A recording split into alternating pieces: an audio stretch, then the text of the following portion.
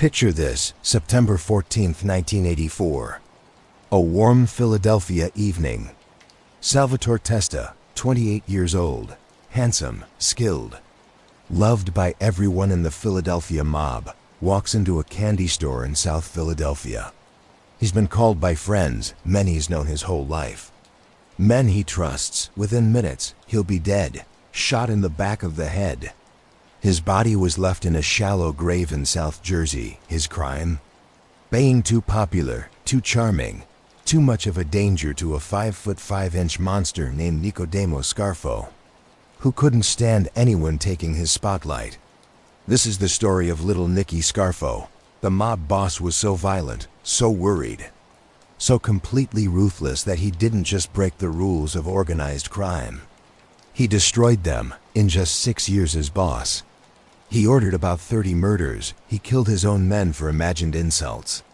He murdered the son of his predecessor. He turned the Philadelphia mob from a respected criminal organization into a blood-soaked nightmare that even the commission in New York wanted to stop. Before we dive into this blood-soaked tale, I want to know, where are you watching from? What time is it there? Drop your location in the comments. And if you're ready for the complete unfiltered story of the mob boss who made even the mafia fear him, hit that subscribe button, smash the like, and share this with anyone who loves true crime. This is going to be a long one, so get comfortable. Let's begin. May 8, 1929, Brooklyn, New York. The same year the stock market crashed and America fell into the Great Depression. A boy named Nicodemo Scarfo entered the world. His parents were Italian immigrants, part of that massive wave of Southern Italian families who escaped poverty and the strict class structures of the old country for the promise of America. They settled in Brooklyn, in one of those tightly packed Italian neighborhoods where everyone knew everyone, where the language of the streets was a mix of broken English and Southern Italian dialects, where the smell of fresh bread and espresso mixed with the less pleasant smells of garbage and industrial smoke. The Scarfo family wasn't wealthy. They weren't connected to the underworld in any big way. They were working people trying to make a life in a new country during the hardest of times. Nicodemo's father worked whatever jobs he could find. His mother kept house, raised children, stretched every dollar as far as it would go. They were surrounded by thousands of families just like them, all struggling, all hoping their children would have better lives than they did. But America in 1929 wasn't the golden land of opportunity they'd been promised. It was hard, it was cruel, and for young Nicodemo, born small and destined to stay that way, it was about to get much harder. We don't know much about Scarfo's very early childhood in Brooklyn. Those records are lost to time, buried under decades of more important crimes and more significant events. But we know the neighborhood, we know the culture. Italian immigrants in Brooklyn during the Depression lived in a world where survival meant sticking together, where family was everything, and where the men in sharp suits, who never seemed to struggle, the men who always had money, who commanded respect, who walked with confidence, those men became heroes to the children growing up in the tenements. The young boys in these neighborhoods didn't dream of becoming doctors or lawyers. Those professions were for the Irish and the Jews who'd arrived earlier and had already climbed a step or two up the American ladder. No, Italian boys growing up in Brooklyn in the 1930s had different heroes. They had Al Capone, who'd made it big in Chicago. They had Lucky Luciano, who was restructuring the American Mafia into a modern criminal corporation right there in New York. They had neighborhood tough guys who everyone feared and respected, who never wanted for anything, even when everyone else was starving. This was the world that shaped young Nicodemo Scarfo. A world where power came from fear, where respect was the most important thing, where violence was just another tool like a hammer or a wrench, where being tough mattered more than being smart, and being feared mattered more than being loved. And then sometime in the late 1930s or early 1940s, the Scarfo family made a decision that would change their son's path forever. They moved to Philadelphia. South Philadelphia in the 1940s was Brooklyn's mirror image.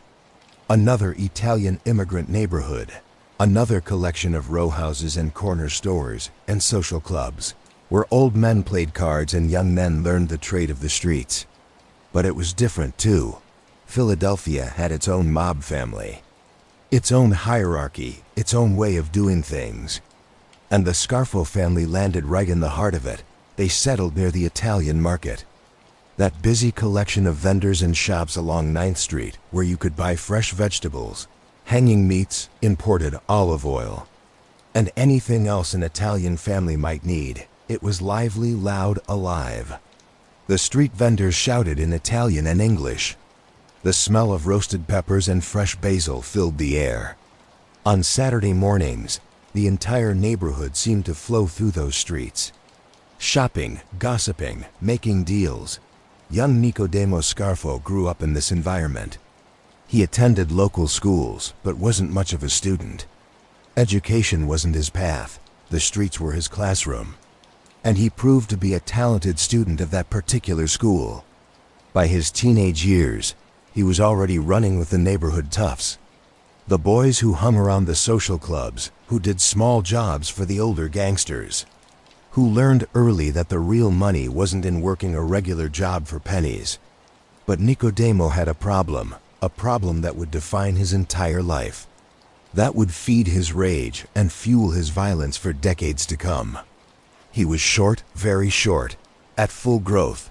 He stood just 5 feet 5 inches tall. In a culture where physical presence mattered, where respect often came from the ability to intimidate, where the image of the powerful mobster was a big man with broad shoulders and a commanding presence, Nicodemo Scarfo didn't fit the mold.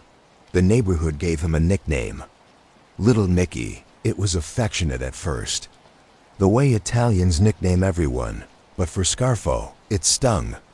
It was a constant reminder of what he lacked, and so he made up for it the only way he knew how. With violence, extreme exaggerated violence. If you challenged him, he didn't just fight back. He destroyed you if you disrespected him. He made sure you never did it again. His temper became legendary. His willingness to take any situation to bloodshed became his calling card. By his late teens and early 20s, Scarfo was a known person in South Philadelphia. He was a hustler, a bookie, a loan shark's enforcer. He worked for various connected guys, doing whatever needed doing. Collections, mostly gambling operations. Making sure people paid what they owed. He wasn't afraid to break bones. He wasn't afraid to put someone in the hospital, and gradually his reputation grew. It was during these years that he came to the attention of Angelo Bruno, the man who would eventually become boss of the Philadelphia crime family. Bruno was different from most mob bosses, quiet, thoughtful, diplomatic. He believed in making money through smart business decisions rather than through violence. He would eventually earn the nickname the Gentle Don for his 21-year reign with relatively little bloodshed. Bruno saw something in the young Scarfo, a useful tool perhaps. Someone who could handle the dirty work when it was needed. Someone whose violence could be pointed in the right direction. Scarfo became a made member of the Philadelphia crime family in the 1950s. The ceremony, the oath, the ritual, it meant everything to him. He was now a man of honor, a made guy, connected. He had the protection of the family and the responsibility to live by its code. Omerta, the code of silence. You never cooperate with law enforcement. You never betray the family. You settle all disputes internally. You kill when ordered, ask no questions. For a decade, Scarfo operated in South Philadelphia. He ran bookmaking operations, collecting bets on sports, on horses, on numbers. He loaned money at very high rates and collected with violence when necessary. He built relationships with other made men. He earned and he gave his tribute to his superiors. He seemed to be on a path, climbing the ranks like so many before him. But that temper, that uncontrollable explosive rage, It was going to cost him February 1963. The Oregon Diner on Oregon Avenue in South Philadelphia. It was a typical Philadelphia diner. Booths with red vinyl seats, a long counter with stools. Waitresses in uniform pouring endless coffee. The smell of eggs and bacon and toast filling everything. A place where neighborhood guys met for coffee. For breakfast, for late-night pie after a night of drinking. Nicodemo walked into the Oregon Diner looking for a meal and maybe to meet some associates. He found the place crowded. Most of the booths were occupied. He spotted one that looked available, but there was a problem.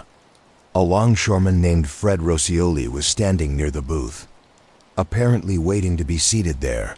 What happened next is disputed in the details. But the outcome is not. There was an argument. Who had the right to the booth?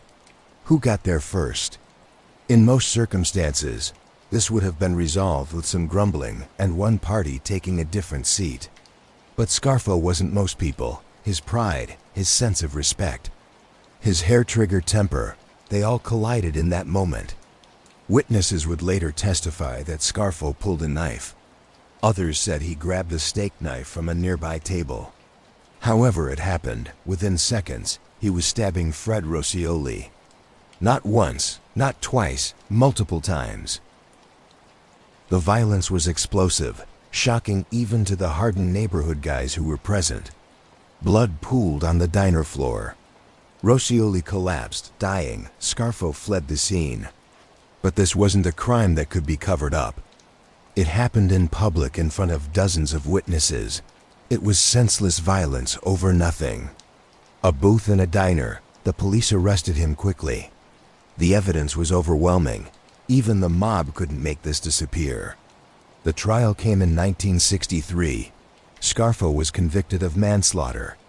The murder wasn't planned ahead, but it was clearly his doing. The judge sentenced him to prison, Scarfo's first major fall. His first extended time away from the streets. He was 34 years old, a made member of a powerful crime family. And he was going to prison over a dispute about a diner booth.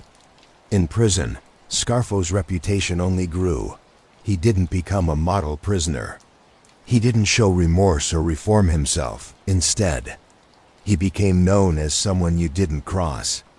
Someone whose violence was always just beneath the surface. He did his time, built connections with other inmates, and planned his return to the streets. The rage that had put him in prison didn't lessen. If anything, it got stronger. The embarrassment of being locked up, of being powerless, of being stuck in a cell while other mobsters on the outside were earning and rising. It fed something dark in him. When he was released in the mid-1960s, Nicodemo Scarfo walked out of prison harder, more bitter and more dangerous than when he went in. He expected to return to his old operations in South Philadelphia, to pick up where he left off. Angelo Bruno, now firmly established as boss of the Philadelphia family, had other plans. Bruno had watched Scarfo's career.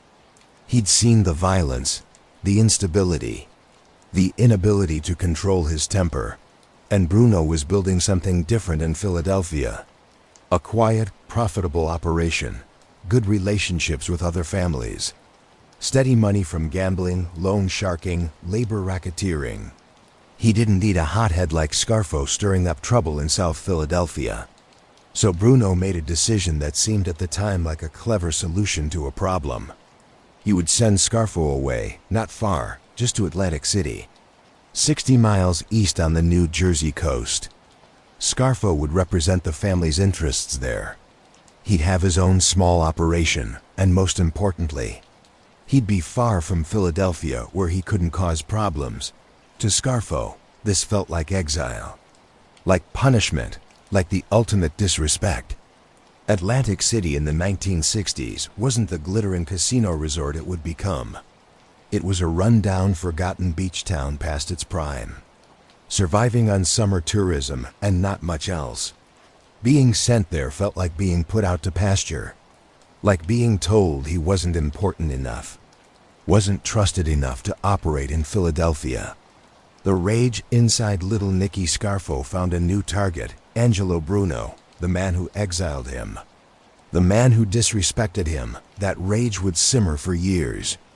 And when the opportunity finally came, it would explode in a wave of violence that would transform the Philadelphia mob forever.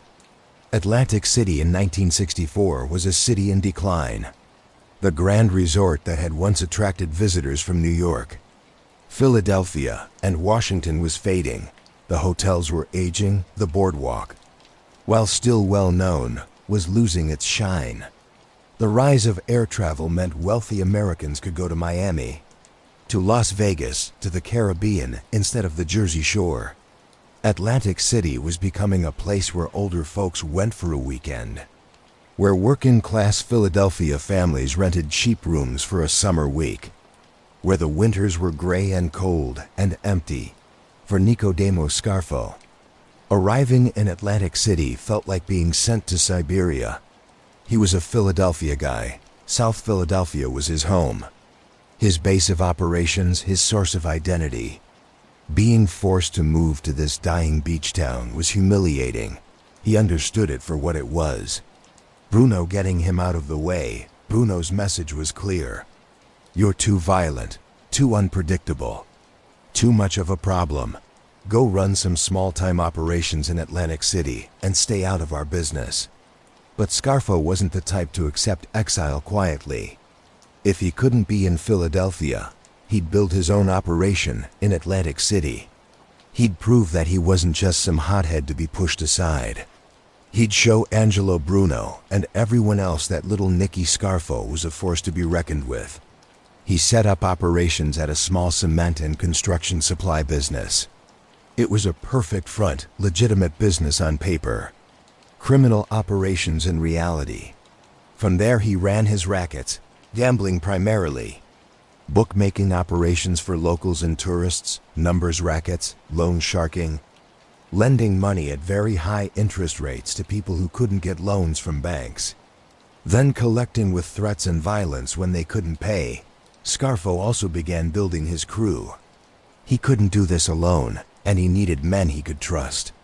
His nephew, Philip Linetti, became one of his key associates. Linetti was young, eager to prove himself, and looked up to his uncle. He would become Scarfo's underboss, his most trusted helper, the man closest to him in the organization. There was Lawrence Merlino, known as Yogi, another loyal soldier who would follow Scarfo for years. These men became the core of Scarfo's Atlantic City operation. Life in Atlantic City wasn't glamorous. Scarfo married a woman named Domenica, called Mimi by everyone. They had a family, maintained a home, tried to build something that looked normal on the surface. But beneath that normalcy, Scarfo was building a criminal enterprise. And he was also building resentment.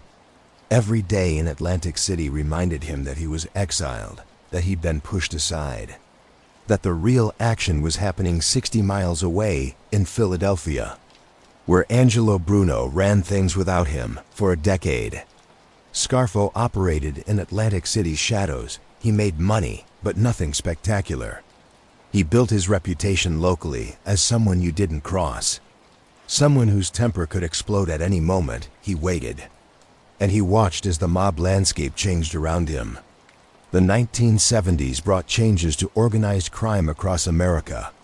Law enforcement was getting more sophisticated.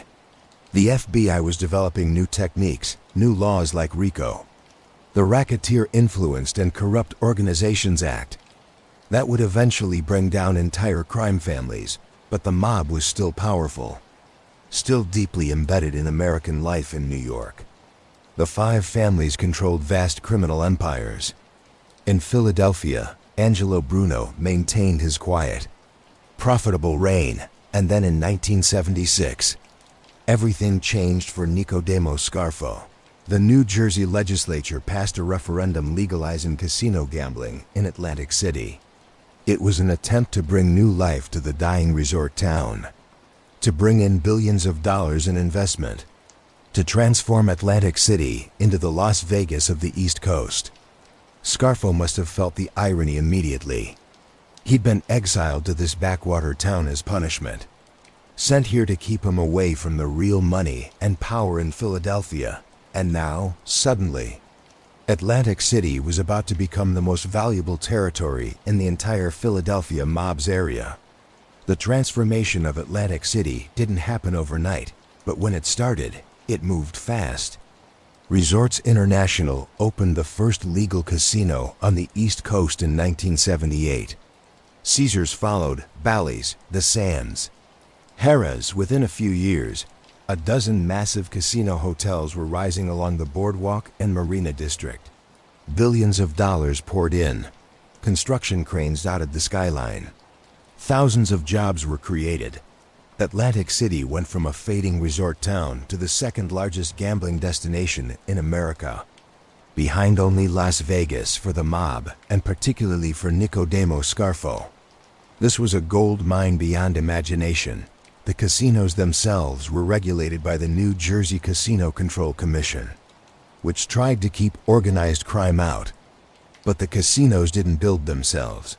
Construction required concrete, steel, labor. Unions controlled that labor. And the Philadelphia mob had their hooks deep into several key unions. Scarfo was positioned perfectly. He'd been operating in Atlantic City for over a decade.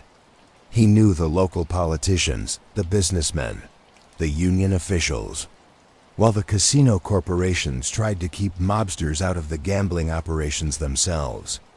They had no choice but to deal with the mob-controlled unions and suppliers when it came to construction. One of Scarfo's key rackets was a concrete company called P2P Concrete, Inc. It was supposedly owned by legitimate businessmen.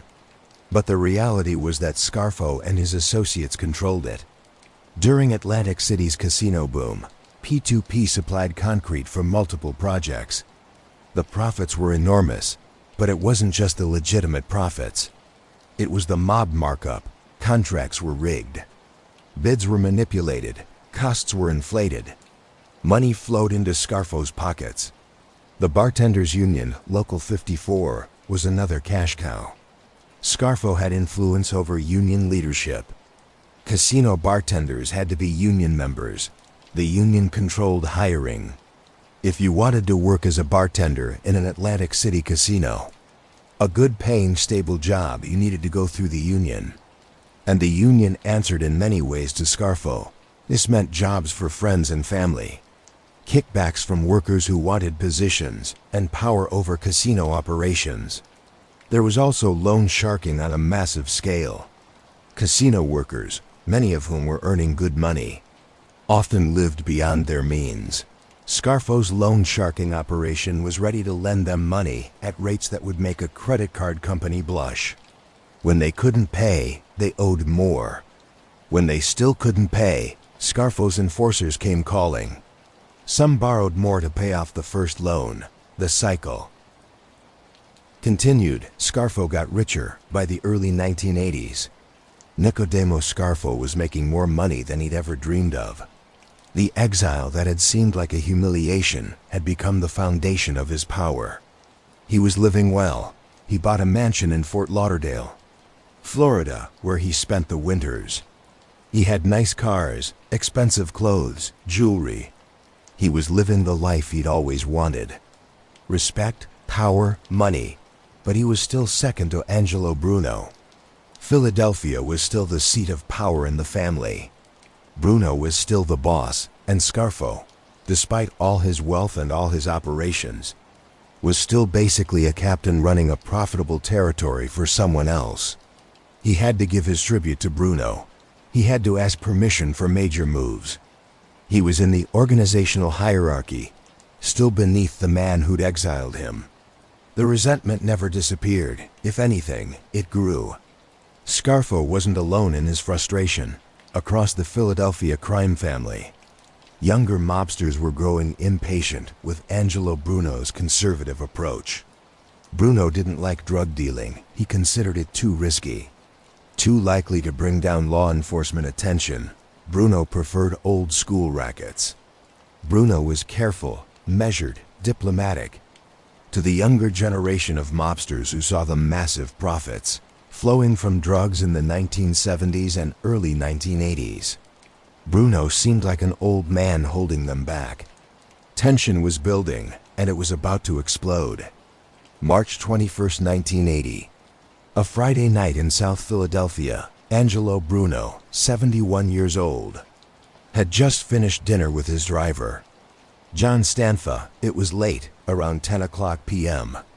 Stanfa was driving Bruno home in Bruno's car, a Chevrolet sedan. They pulled up in front of Bruno's home on Snyder Avenue, a modest row house in the heart of South Philadelphia.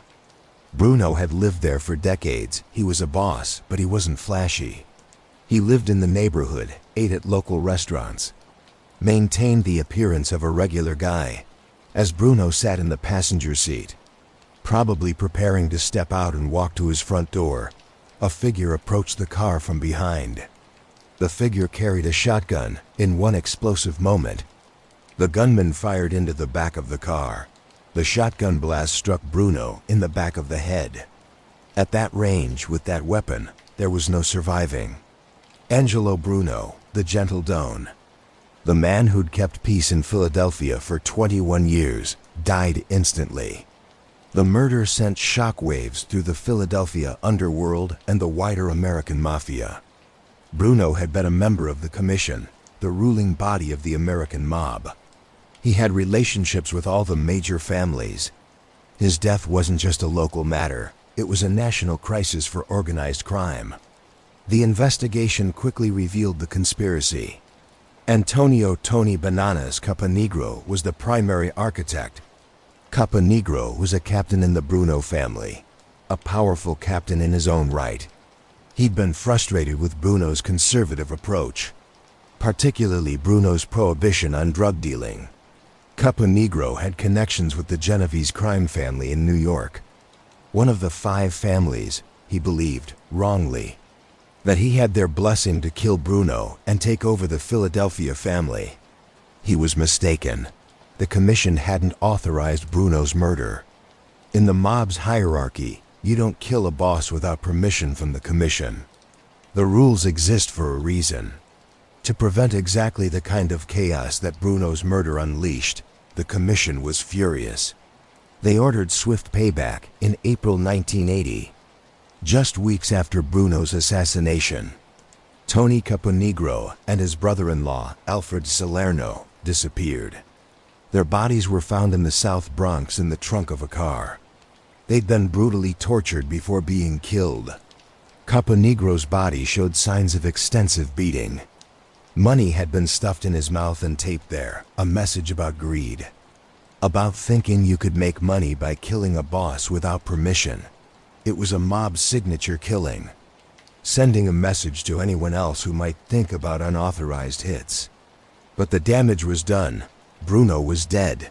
The Philadelphia family needed a new boss, and the power vacuum created opportunities for ambitious men. Philip "Chicken Man" Testa was chosen as the new boss. Testa had been Bruno's underboss and a respected member of the family. He was older, experienced, and seemed like a safe choice to stabilize the situation. Testa's nickname came from his early days in the chicken business, running a poultry distribution operation. He wasn't known for violence particularly, but he was solid, reliable, someone who could hold things together. One of Testa's first moves was to bring Nicodemo Scarfo back from Atlantic City. Scarfo was appointed consigliere, a counselor or advisor to the boss. It was a significant promotion. After 16 years in exile, Scarfo was back in Philadelphia, back in the corridors of power. He must have enjoyed the moment. Angelo Bruno, the man who'd banished him, was dead. Scarfo was returning in triumph, but the chaos wasn't over. The Bruno assassination had opened a door to violence that wouldn't close easily. Other mobsters had their own ambitions, their own grudges, their own plans for power. The peaceful era was over. Blood was in the water. And more blood was coming. March 15, 1981. Exactly 1 year minus 6 days after Bruno's murder, Philip Testa walked out the front door of his home on Gladstone Street in South Philadelphia. It was about 2:55 in the morning. Testa had been out late, as he often was. He approached his front door, ready to end his night. A massive explosion ripped through the porch. A nail bomb hidden under the porch had been triggered remotely. The blast was devastating. Nails and shrapnel tore through Testa's body. The explosion was heard blocks away, waking neighbors, shattering windows. Philip Testa died almost instantly, torn apart by the bomb that gave him a final grim addition to his legacy. He became known as the mob boss killed by a nail bomb. The murder of 2 bosses in just over a year was unprecedented in Philadelphia mob history. The family was in chaos, trust was shattered. Everyone suspected everyone. Who had killed Testa? Who was next? The investigation eventually revealed the conspiracy involving several family members, including Rocco Marinucci, who had planted the bomb, and Frank "Chicky" Narducci, a captain who wanted power for himself. Marinucci was found murdered shortly after the bombing, likely killed by associates who wanted to eliminate a witness. Narducci would survive a few more years before meeting his own violent end. But in the immediate aftermath of Testa's murder, the Philadelphia family needed leadership. They needed someone strong enough to consolidate power, ruthless enough to eliminate enemies, and smart enough to navigate the dangerous landscape. The commission in New York was watching. They wanted stability. They wanted someone who could control the situation. Nicodemo Scarfo stepped forward. He had the Atlantic City gold mine. He had a reputation for absolute ruthlessness. He had been consigliere under Testa. And he wanted it more than anyone else. Wanted it with a hunger that had been building for 16 years in Atlantic City. For all the years of feeling disrespected and pushed aside, in 1981, Nicodemo "Little Nicky" Scarfo became boss of the Philadelphia crime family. The most violent reign in modern mob history was about to begin. When Nicodemo Scarfo took control of the Philadelphia crime family in 1981, he was 52 years old. He'd spent decades in the life, had killed before, had built a criminal empire in Atlantic City. But now he had something he'd never had before: absolute power within the family. He was the boss. When he spoke, people listened. When he ordered something done, it was done. When he felt disrespected, he could eliminate the source of that disrespect. For a man with Scarfo's personality, self-centered, worried, violent, this was a dangerous combination. Most mob bosses understand that their power depends on loyalty. And loyalty depends on some degree of trust and stability. Yes, bosses kill when necessary, but they do so sparingly, strategically. A boss who kills too often, who creates an atmosphere of constant fear, will eventually face rebellion or mass desertion. Scarfo either didn't understand this or didn't care. From the beginning, his reign was defined by a simple principle: respect through fear, absolute total fear. Every member of the family would know that any slight, any perceived disrespect, any failure to show proper deference to little Nicky could result in death. Not just the death of the offender, but possibly the deaths of friends and family members. 2. Scarfo established his headquarters at Scarf, Inc., a small cement and construction office at 26 North Georgia Avenue in Atlantic City. It was an unassuming building, but it became the nerve center of his operations. From there, he controlled the Atlantic City rackets, managed the Philadelphia family's interests, and planned the moves that would make him millions and leave dozens dead. He surrounded himself with key lieutenants. His nephew, Philip Lanetti, became his underboss, the number 2 position in the family. Lanetti had grown up idolizing his uncle, had followed him into the life, had participated in murders alongside him. He was loyal, capable, and absolutely committed to Scarfo. Or so it seemed at the time. Salvatore Testa, the son of the murdered Philip Testa, was another rising star, young, handsome, charming, and deadly when necessary. Salvatore was everything a mob boss would want in a protege. He'd earned his stripes, proven himself capable of violence when needed. The men loved him.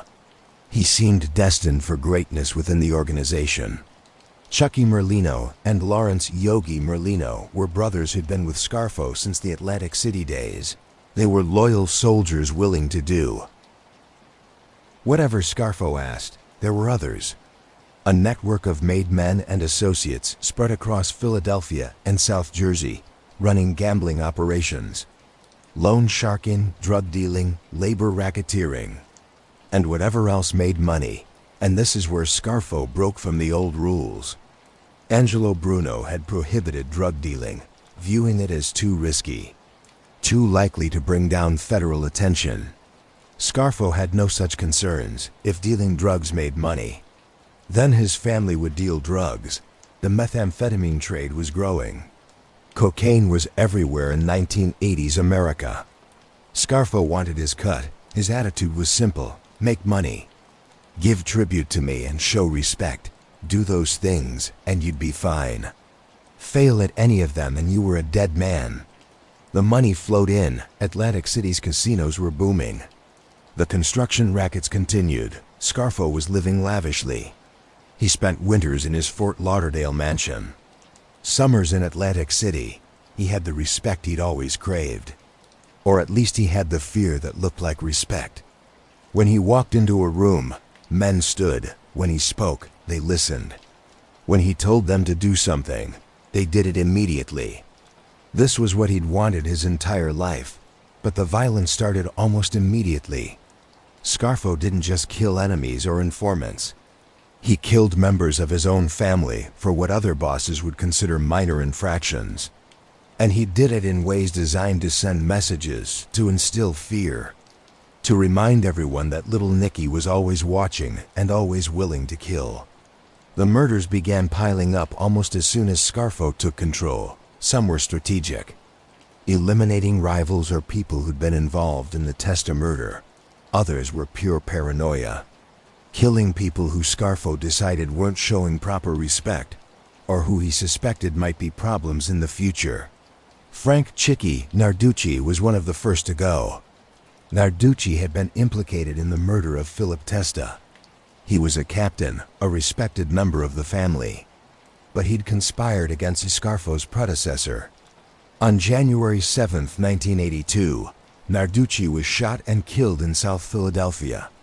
The hit was carried out by Scarfo's men. It was business. You kill the boss, you pay with your life.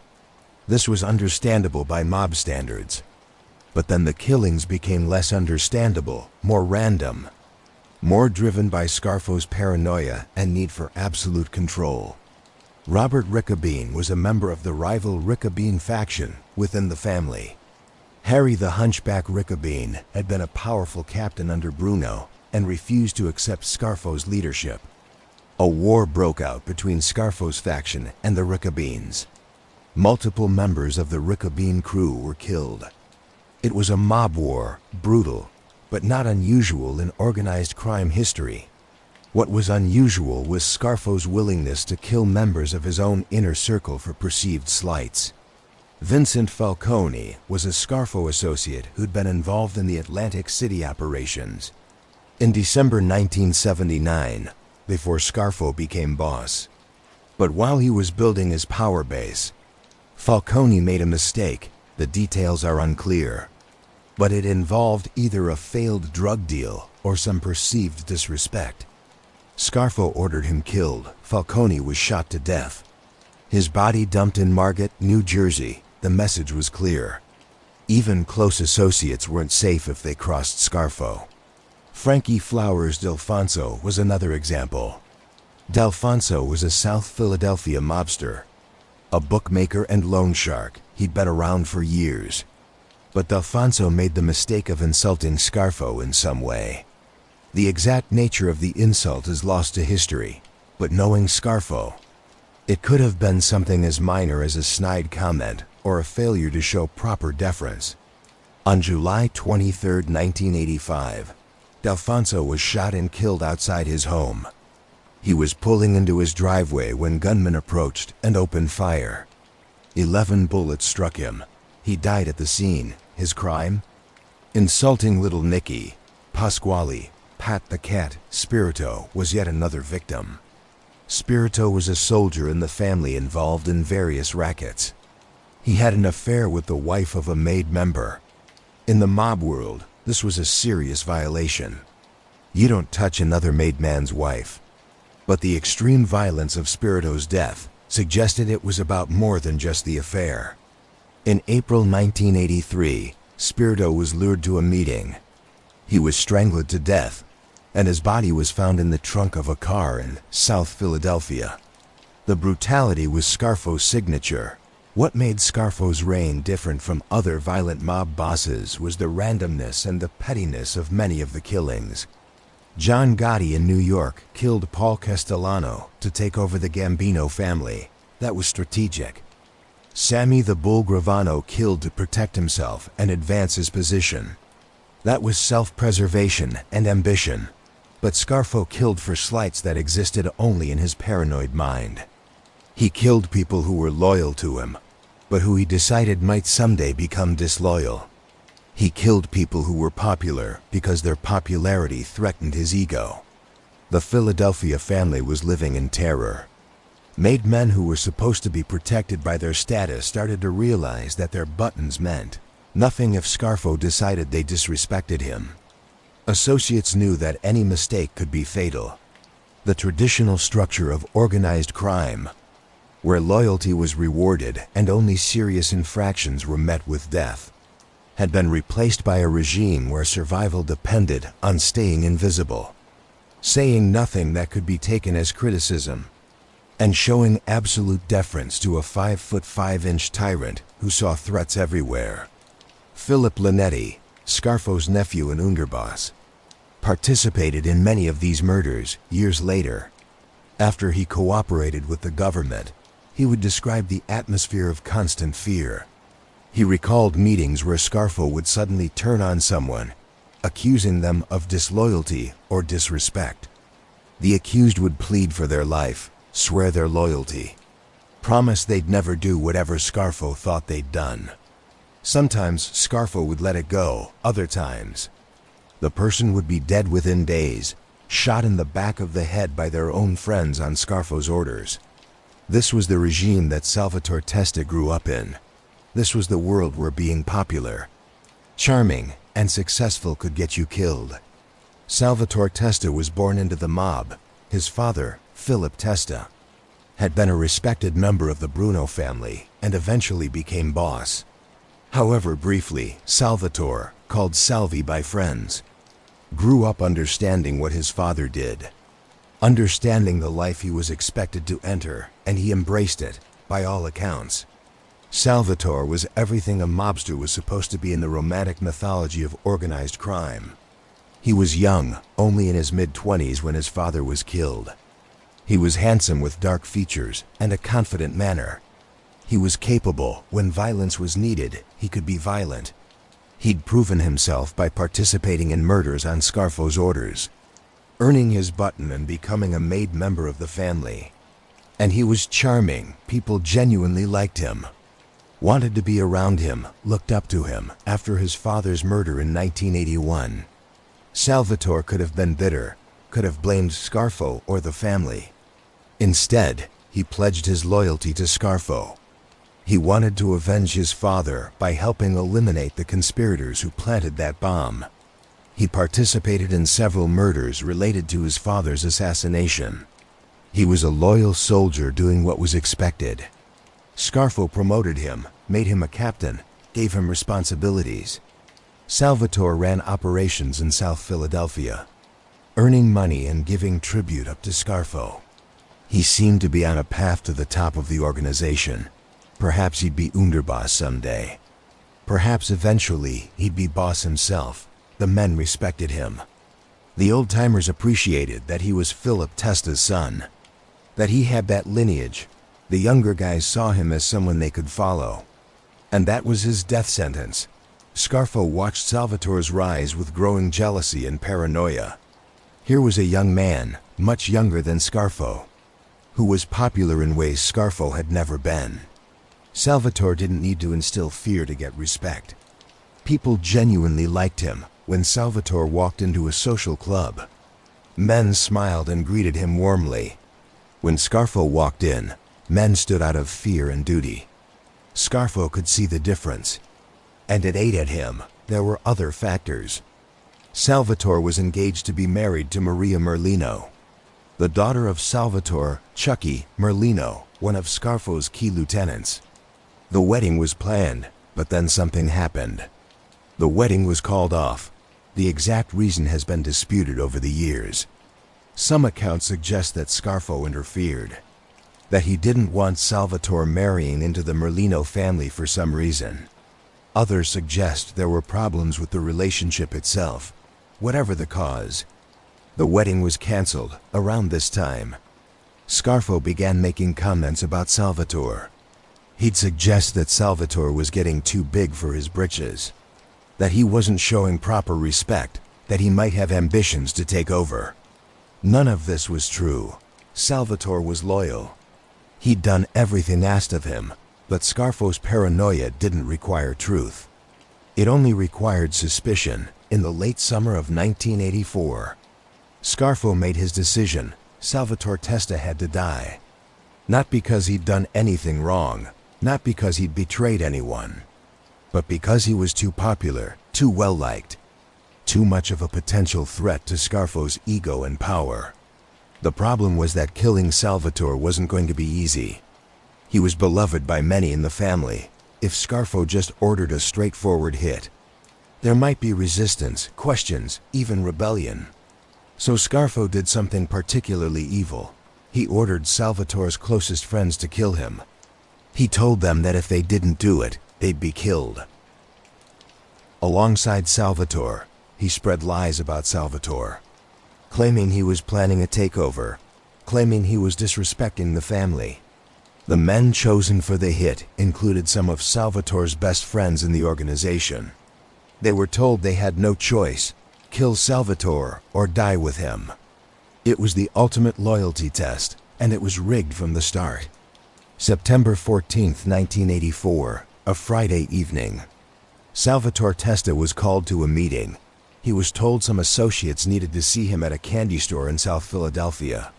He went without suspicion. Why would he suspect? These were his friends. He'd killed alongside them. He trusted them. When he arrived, they lured him to a back room, and there, his friends shot him in the back of the head multiple times. Making sure he was dead, Salvatore Testa, 28 years old, the son of a murdered boss, a rising star in the Philadelphia mob, was killed by the people closest to him on the orders of a paranoid tyrant who couldn't stand anyone else receiving respect. His body was taken to a location in New Jersey where it was buried in a shallow grave. It would be found later after informants revealed its location. But in September 1984, Salvatore Testa simply disappeared. His murder sent shock waves through the family. If Salvatore wasn't safe, Salvatore, who'd done everything right, who'd been loyal, who'd earned his position, then nobody was safe. The murder of Salvatore Testa was the moment when many members of the Philadelphia family realized that Nicodemo Scarfo was going to destroy them all. It was senseless, evil, a waste of a talented young man who could have been a major asset to the organization. But it served Scarfo's purposes. It reminded everyone that he was boss, that he would tolerate no threats to his position, real or imagined, and that loyalty meant nothing if he decided you had to die. Years later, when the FBI finally brought down Scarfo's empire, the murder of Salvatore Testa would be one of the key charges. And when Philip Linetti, Scarfo's own nephew, turned informant, his detailed testimony about the Testa murder would be among the most damaging evidence against his uncle. While Scarfo was consolidating power through murder in Philadelphia, his Atlantic City operations were reaching their peak profitability. The casino boom of the early and mid-1980s brought unprecedented wealth to the region, and Scarfo's criminal enterprises were perfectly positioned to exploit it. The money coming from Atlantic City was staggering. P2P Concrete, continued to supply major casino construction projects. Each truckload of concrete meant profit, legitimate profit from the actual sale, plus the inflated prices they could charge due to mob control of the unions, plus kickbacks from contractors who wanted to avoid labor problems. It was a perfect racket, and it generated millions. The Bartenders Union, Local 54, remained under Scarfo's influence by the mid-1980s. The union represented thousands of casino workers. Every bartender in every Atlantic City casino had to be a union member. The union collected dues. It controlled hiring. It had pension funds.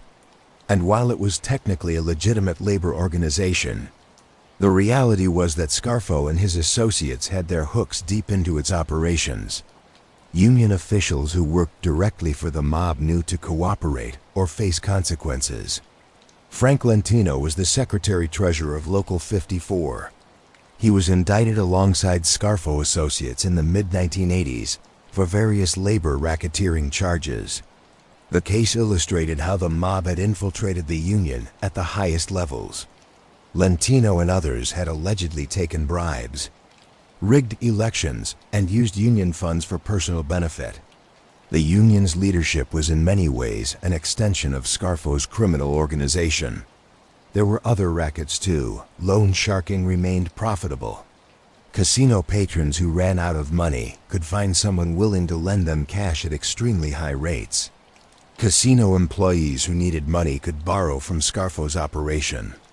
The loans came with devastating interest rates, points that would compound weekly, miss a payment, and the interest would double, miss another, and enforcers would show up at your home. The violence was usually implied rather than executed. Beating up borrowers was bad for business, as dead men and hospitalized men couldn't repay loans. But the threat was real. Prostitution was another income source. High-end escort services catered to wealthy casino patrons. Some of these operations paid tribute to Scarfo's organization for the right to operate in Atlantic City. Drugs flowed through the city as well. Cocaine was everywhere in 1980s America and Atlantic City. With its constant influx of tourists and cash-flush gamblers, was a prime market. Scarfo was living like royalty.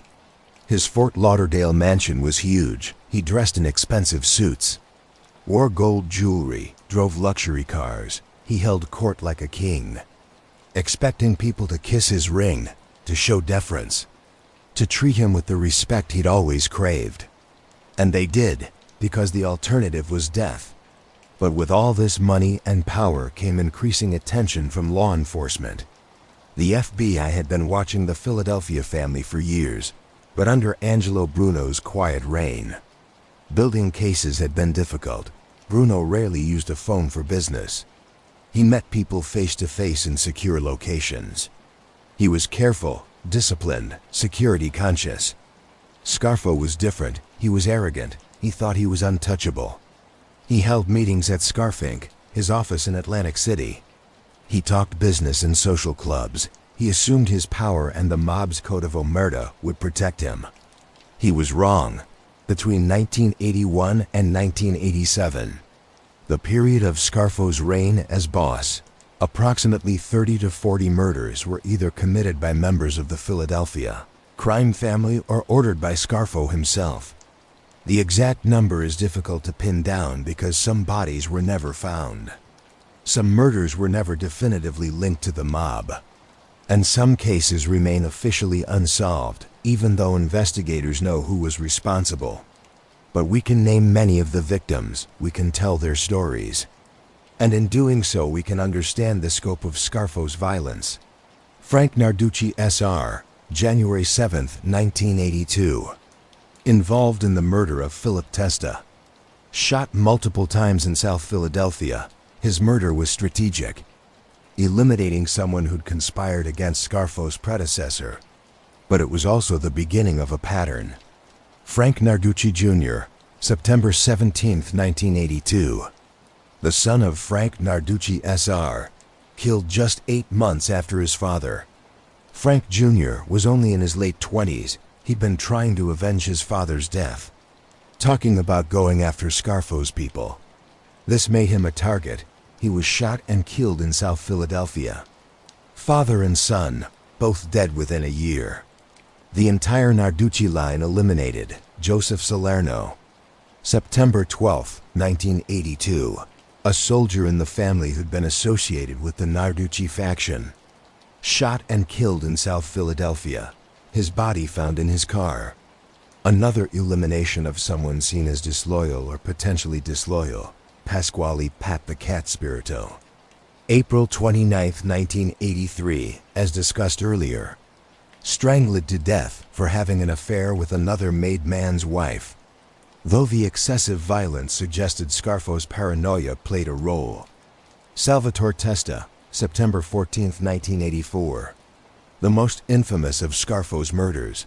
Killed despite his loyalty. Killed because he was too popular, too well liked.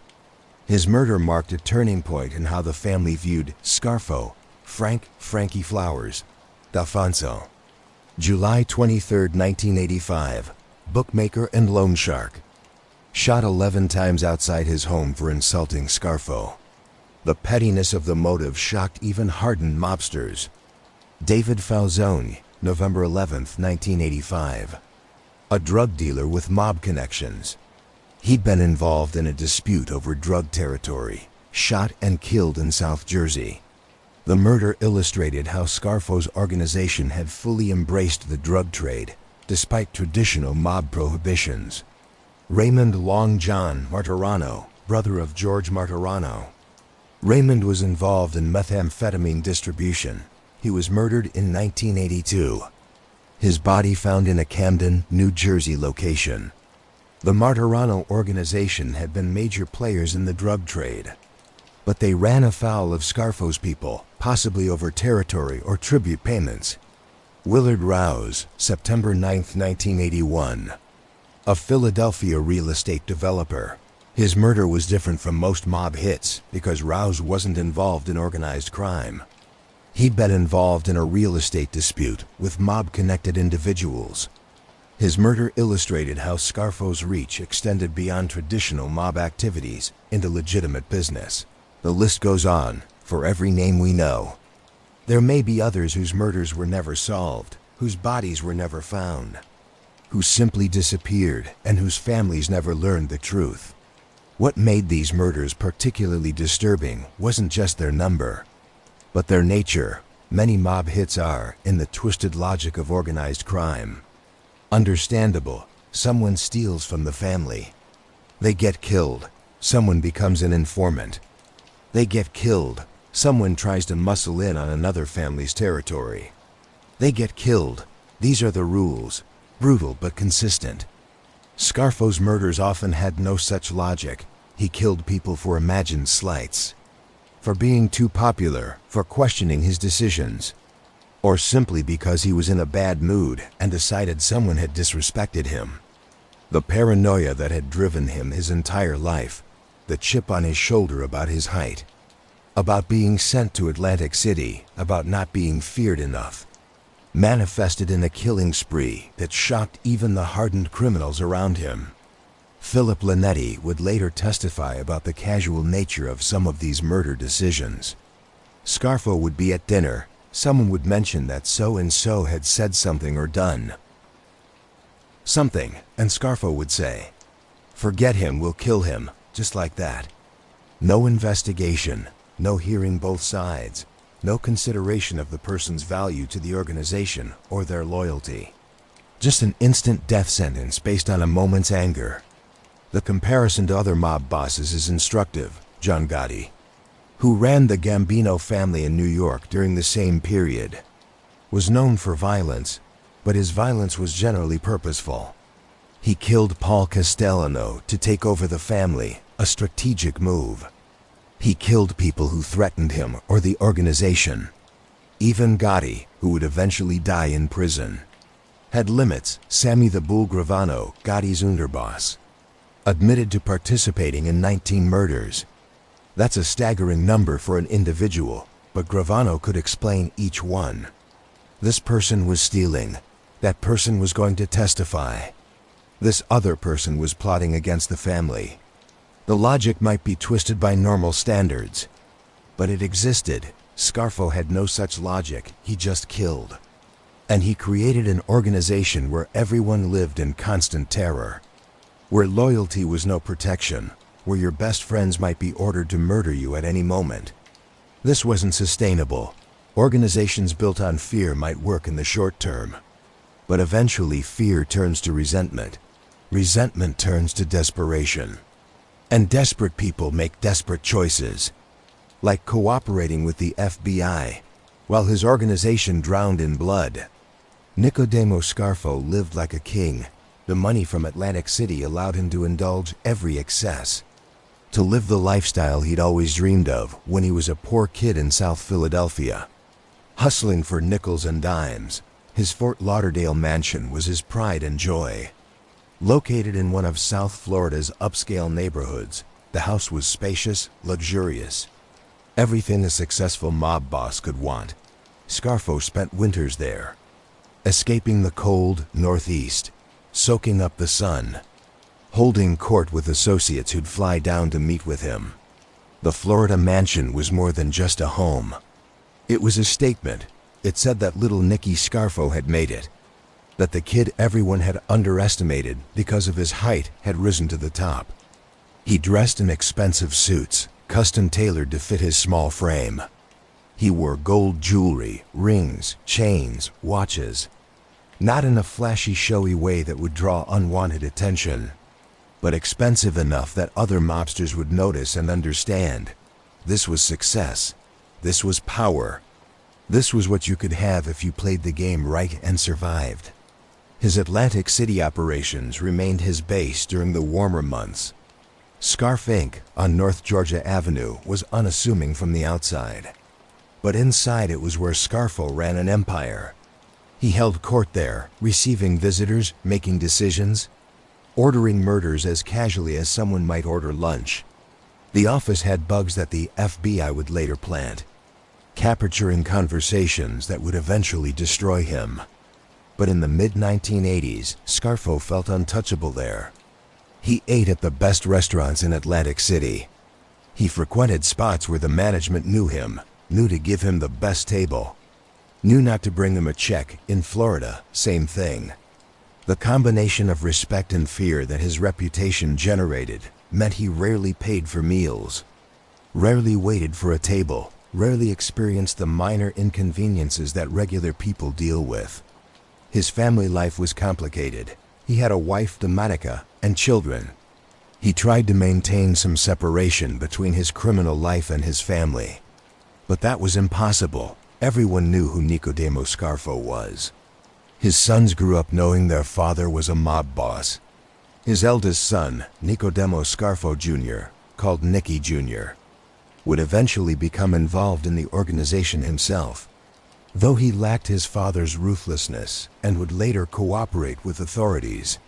Scarfo's personal relationships were defined by the same paranoia and need for control that defined his professional life. He demanded absolute loyalty from everyone around him. He tested people constantly, looking for signs of disrespect or disloyalty. Even his own family members weren't immune from his suspicion. But he also craved respect in a way that suggested deep insecurity. He wanted to be seen as a great boss, a powerful leader, someone who would be remembered in mob history alongside the legends. He wanted to be feared, yes, but also respected. He didn't understand that true respect can't be forced through terror. All he achieved was a kind of hollow deference, people treating him with exaggerated respect while privately resenting and fearing him.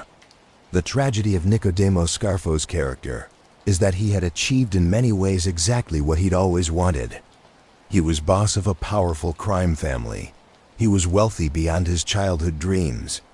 He commanded the fear and obedience of dozens of made men and hundreds of associates. But he was fundamentally unhappy. The paranoia ate at him constantly. He couldn't trust anyone. He couldn't relax. Every social interaction was filtered through suspicion. Every comment was analyzed for potential disrespect. Every person in his orbit was simultaneously an asset and a potential threat. This is the psychological trap of tyrants throughout history. The more power they accumulate, the more paranoid they become. The more they rule through fear, the less they can trust anyone around them. And eventually that paranoia and that fear create the very betrayals they're trying to prevent. For Scarfo, those betrayals were coming. The FBI was closing in. Members of his own organization were starting to consider the unthinkable, breaking omerta and cooperating with law enforcement.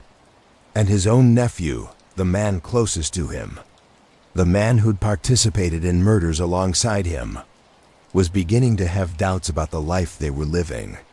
The FBI's pursuit of the American Mafia underwent a revolution in the 1980s. Prior to this decade, prosecuting organized crime was difficult. Mob bosses insulated themselves from direct involvement in crimes. They gave orders verbally in private locations, often using coded language. Proving in court that a boss had ordered a murder or run a criminal enterprise was nearly impossible. You could catch the triggermen, but the boss would walk free. Then came RICO, the Racketeer-Influenced and Corrupt Organizations Act, passed in 1970. But not fully utilized until the 1980s, RICO changed everything. It allowed prosecutors to charge the leaders of criminal enterprises with crimes committed by members of the organization. If you were the boss and you ordered murders, even if you never pulled a trigger yourself, you could be charged with those murders under RICO. If you ran an organization that engaged in a pattern of racketeering activity, things like murder, extortion, gambling, loan sharking, you could be charged with running that organization, even if you never personally committed those crimes. The FBI began building RICO cases against the major crime families in the early 1980s. In New York, they went after the commission itself, eventually bringing down the bosses of all 5 families in what became known as the Commission case. In Boston, they pursued the Winter Hill Gang and Whitey Bulger. In Chicago, they dismantled much of the outfit's leadership. And in Philadelphia, they set their sights on Nicodemo Scarfo. The FBI's Philadelphia office, working with New Jersey authorities and federal prosecutors, began intensive surveillance of Scarfo and his organization in the early 1980s.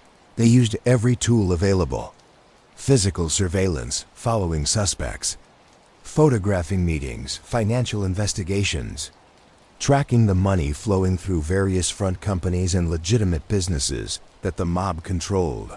And most importantly, electronic surveillance. They planted bugs, listening devices hidden in offices, in cars, in social clubs. These weren't the crude devices of earlier decades that were easy to detect. These were sophisticated, miniaturized electronics that could transmit conversations to FBI agents listening nearby or recording everything for later analysis. Scarfo's Atlantic City headquarters was bugged. The FBI secured warrants and planted devices that captured countless conversations. Scarfo, arrogant and feeling untouchable, talked freely in his office about murders, about extortion, about union control, about all the criminal activities that formed his empire. Every word was recorded. Every admission was evidence. Social clubs in Philadelphia were bugged. Cars were bugged. The FBI was building a massive library of recordings that documented the Philadelphia crime family's activities in Scarfo's own words and the words of his top lieutenants. They heard discussions of planned murders. They heard Scarfo ordering hits. They heard Philip Linetti and others talking about crimes they'd committed. It was a prosecutor's dream, the defendants incriminating themselves in their own voices. But recordings alone weren't enough. The FBI needed witnesses. They needed people inside the organization who could testify about the structure, about who gave orders, about who carried them out. They needed to flip members of the family, to convince made men to break omerta and cooperate. This was difficult. The mob's code of silence was reinforced by genuine loyalty, by fear of payback. and by the knowledge that informants were the lowest form of life in the criminal world. Rats, they were called snitches, the ultimate betrayal. Any made man who even considered cooperating knew that he was signing his own death warrant, and possibly the death warrants of his family members. The mob had a long memory and a longer reach. Witness protection could only do so much. But Scarfo's reign of terror was creating its own problems. The fear that kept men in line also created resentment. The senseless murders made people realize that loyalty meant nothing if Scarfo decided you had to die. And some men facing prosecution and long prison sentences began to do the math. If they stayed silent, they'd go to prison for decades and might still be killed by Scarfo for some imagined slight. If they cooperated, they'd get reduced sentences and witness protection. The risk was enormous, but the alternative wasn't much better. The first major defection came in 1986. Thomas "Tommy" Del Giorno was a captain in the family, a made member who'd been with Scarfo for years. He'd participated in multiple murders. He was facing serious charges, and he made a decision that would have been unthinkable just years earlier. He agreed to cooperate with the FBI. Del Giorno's defection was a bombshell. A made member, a captain, someone who'd been in the room when murders were planned and executed, was now talking to the FBI. He provided detailed information about the family structure, about Scarfo's role as boss, about specific murders and who ordered them. His testimony would be crucial in the RICO cases being built against Scarfo and his top lieutenants. Shortly after Del Giorno flipped, another crucial witness emerged. Nicky Crow Caramandi was a soldier in the family, an enforcer and killer. He'd been involved in numerous crimes. Like Del Giorno, he was facing serious charges. And like Del Giorno, he decided that cooperating was his best option for survival. Caramandi's cooperation was devastating to the family. He provided even more details, more specifics about murders and criminal activities. He could testify about things he'd personally witnessed and done. Between Del Giorno and Caramandi, the FBI had two made members willing to testify about the inner workings of Scarfo's organization. The dam was breaking once a few members started cooperating.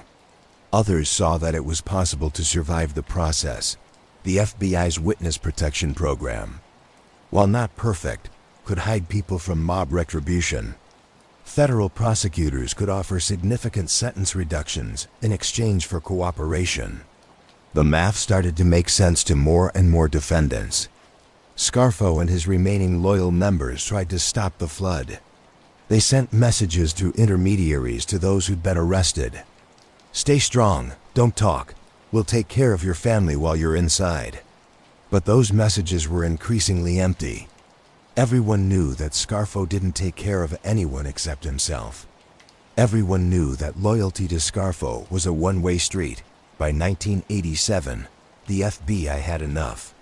They had recordings, they had cooperating witnesses, they had financial records, they had built an ironclad RICO case against Nicodemo Scarfo and the top leadership of the Philadelphia crime family.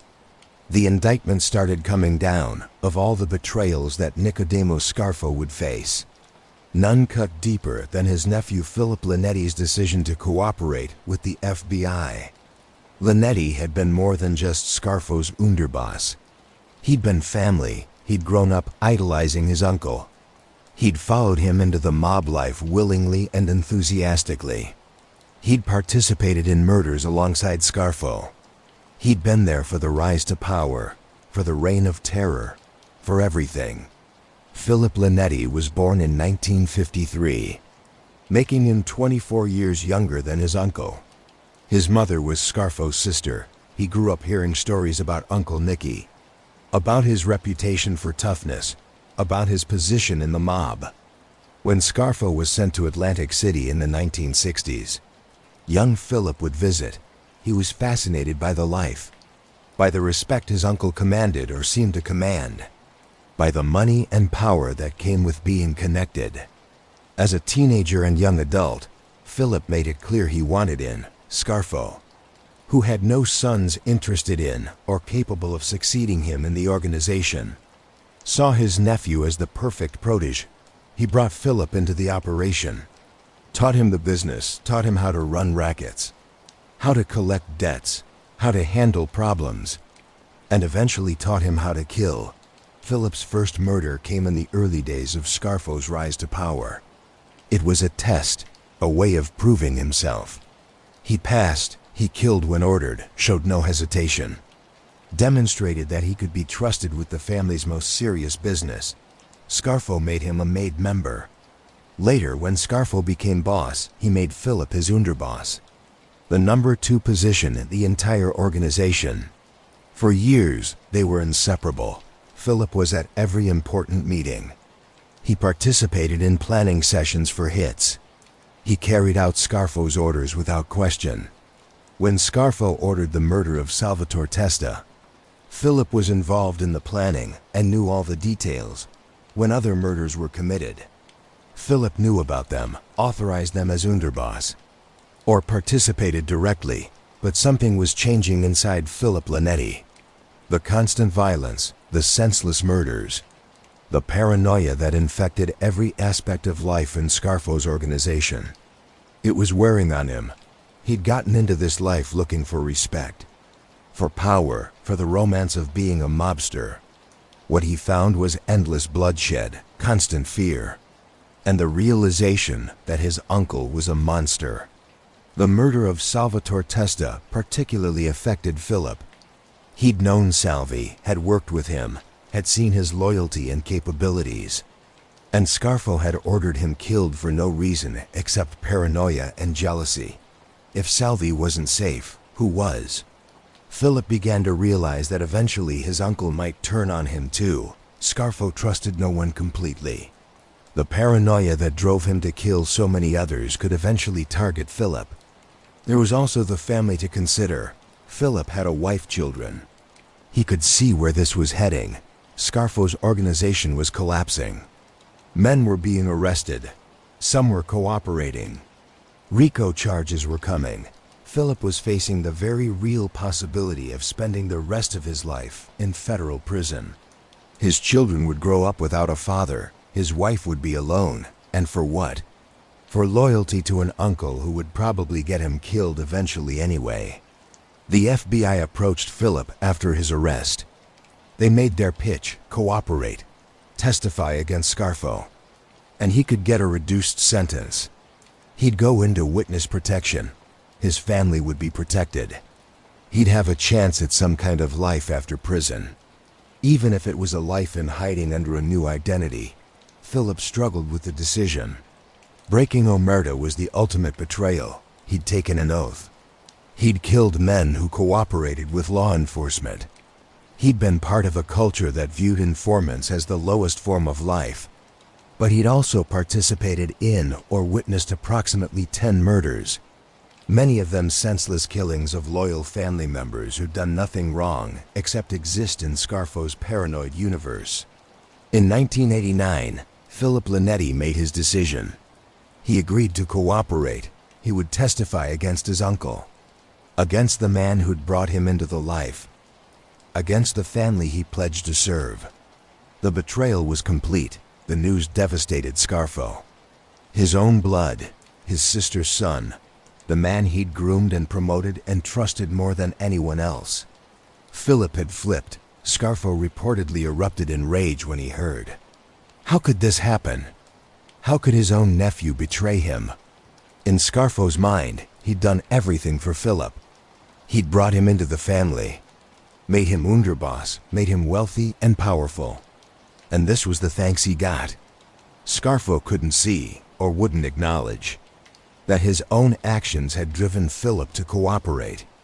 The constant violence, the murder of friends and loyal family members, the paranoia that made everyone live in fear, these were the things that broke Philip's loyalty.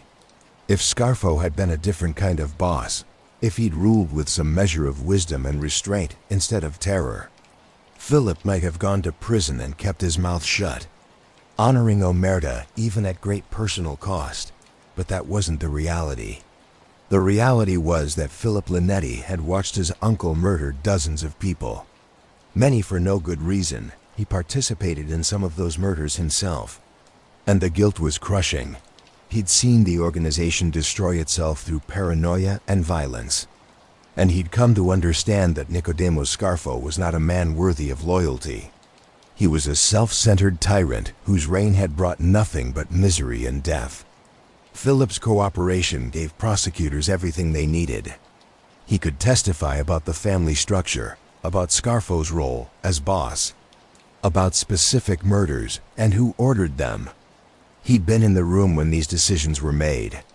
He'd heard Scarfo give the orders. He participated in the planning. His testimony was devastating because it was detailed, credible, and came from someone who had no reason to lie. He was already facing serious prison time, and his cooperation wouldn't change that fundamentally, only reduce his sentence from life to something more manageable. When Philip Linetti took the witness stand in federal court to testify against his uncle, it represented the complete collapse of Scarfo's world. The nephew he'd loved, the man he groomed to follow in his footsteps, was now the star witness for the prosecution. Every word Philip spoke was another nail in Scarfo's coffin. The trials of Nicodemo Scarfo and his associates were major events in Philadelphia. The city had lived with mob violence for years, reading about murders in the newspapers, hearing rumors about who controlled what. Now the inner workings of that world were being exposed in federal court. The public was fascinated and horrified in equal measure. The first major trial began in 1988. Scarfo was charged under RICO with running a criminal enterprise that engaged in murder, extortion, loan sharking, illegal gambling, and various other crimes. The indictment listed multiple murders, including the killing of Salvatore Testa, Frank D'Alfonso, and others. If convicted on all counts, Scarfo faced multiple life sentences. The prosecution's case was overwhelming. They had the FBI recordings, hours and hours of wiretapped conversations where Scarfo and his associates discussed murders, planned criminal activities, and incriminated themselves in their own words. They had cooperating witnesses like Tommy Del Giorno and Nicky Caramandi who could testify about the organization's structure and specific crimes. They had financial records showing the flow of money through various mob-controlled enterprises. And they had Philip Linetti. Linetti's testimony was the centerpiece of the trial, day after day. He sat on the witness stand and described life inside Scarfo's organization. He testified about murders in clinical detail, who ordered them, why, who carried them out, where the bodies were buried. He described the meeting where Scarfo decided Salvatore Testa had to die. He explained how the hit was set up, how Salvatore was lured to his death by his own friends, how his body was disposed of. He testified about other murders too. Frank D'Alfonso, killed for insulting Scarfo, Pat the Cat Spirito, strangled for having an affair, the Narducci murders. Father and son eliminated to prevent retaliation, murder after murder after murder. Each one described in detail by a man who'd been there, who participated, who knew all the secrets. Scarfo sat at the defense table, seething. He couldn't contain his rage. He glared at his nephew throughout the testimony. He muttered under his breath. His lawyers tried to keep him calm, but Scarfo's temper was uncontrollable. At various points during the trial, he had outbursts, shouting at Philip or at the prosecutors. The judge had to threaten to have him removed from the courtroom if he couldn't control himself. The defense's strategy was limited.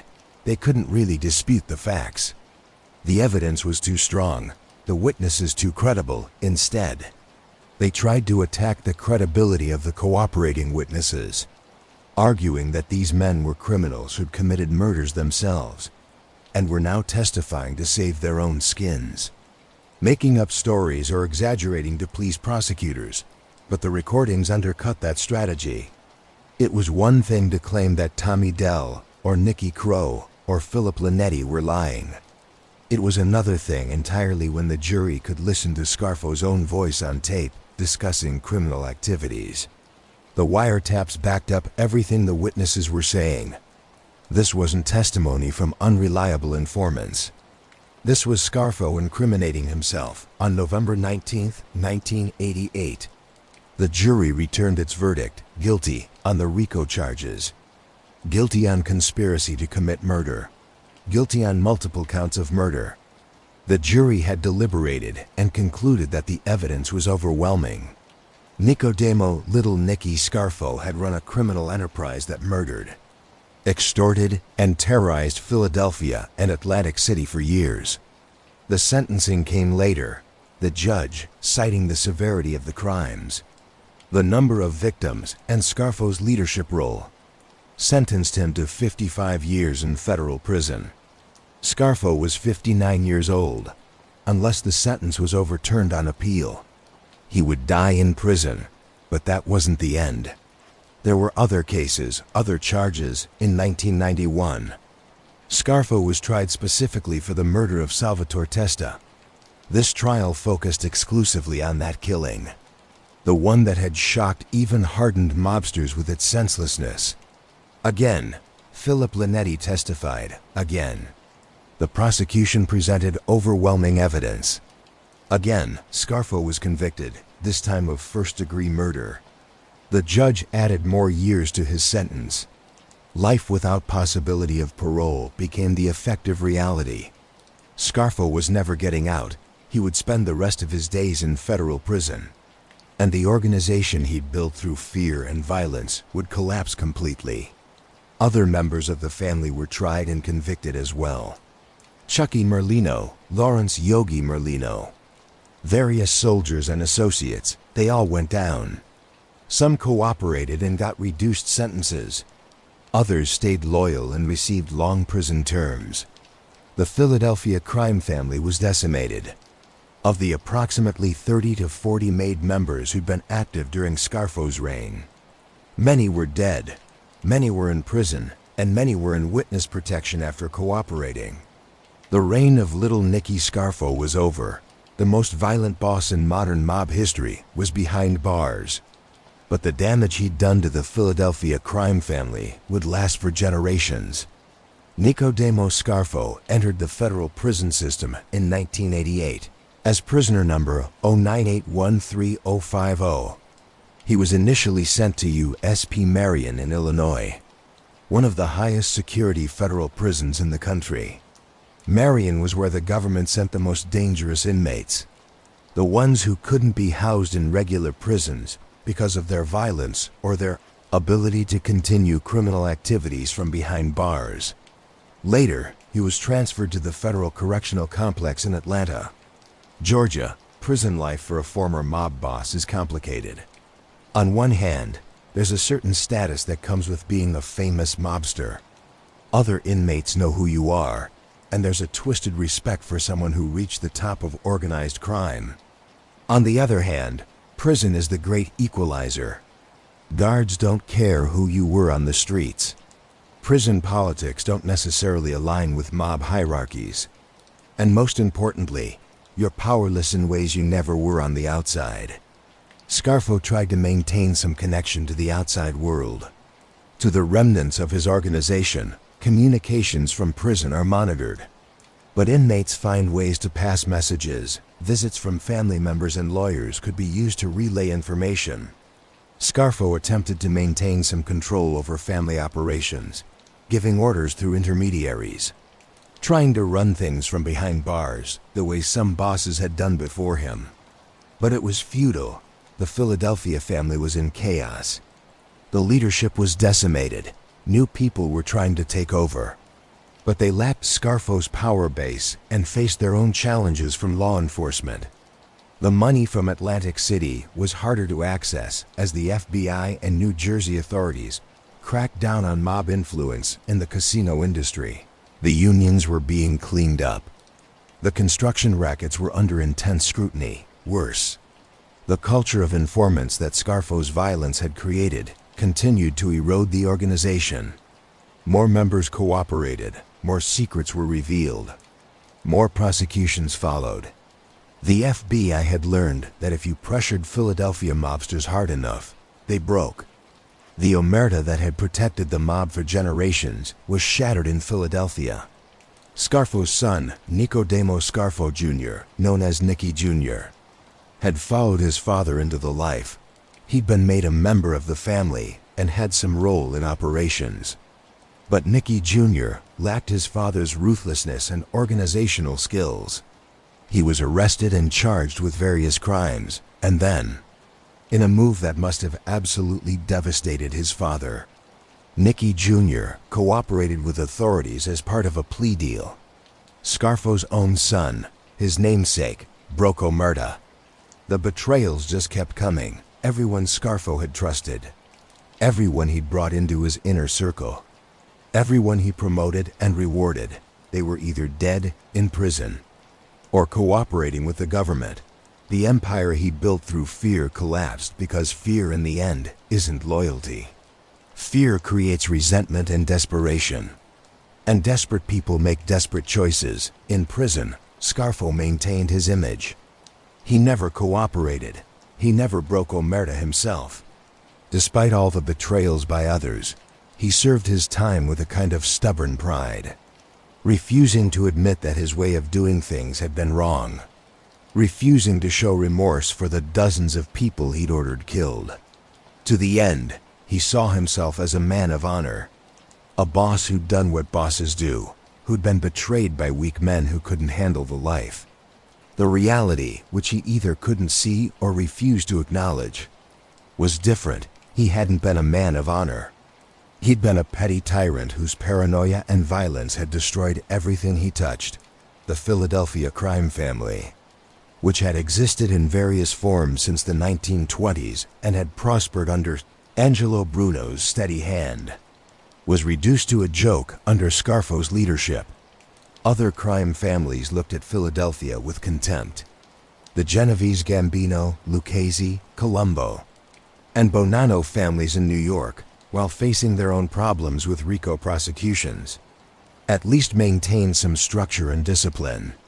Philadelphia was just a mess of informants, violence, and incompetence. The Philadelphia crime family's attempts to rebuild after Scarfo's imprisonment were pathetic and violent in equal measure. Nature abhors a vacuum, and the mob abhors a power vacuum even more. With Scarfo behind bars and his organization destroyed, others tried to step in. John Stanfa emerged as a claimant to the boss position in the early 1990s. Stanfa had an interesting history. He was the driver who'd been with Angelo Bruno the night Bruno was murdered in 1980. He'd survived that assassination and remained in the mob life. He was Sicilian-born, which gave him a certain credibility with traditional mobsters who valued old-world connections. He tried to rebuild the family, to restore some order and discipline. But Stanfa's reign was brief and bloody. He faced opposition from younger mobsters, particularly Joseph Skinny Joey Merlino, the son of Chucky Merlino, one of Scarfo's loyalists who was in prison. A mob war broke out in the early 1990s. Shootings in South Philadelphia, car bombings, attempted hits. The violence rivaled Scarfo's era, but without the organization.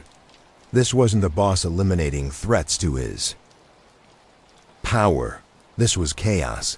Different factions fighting for control of a family that barely existed anymore.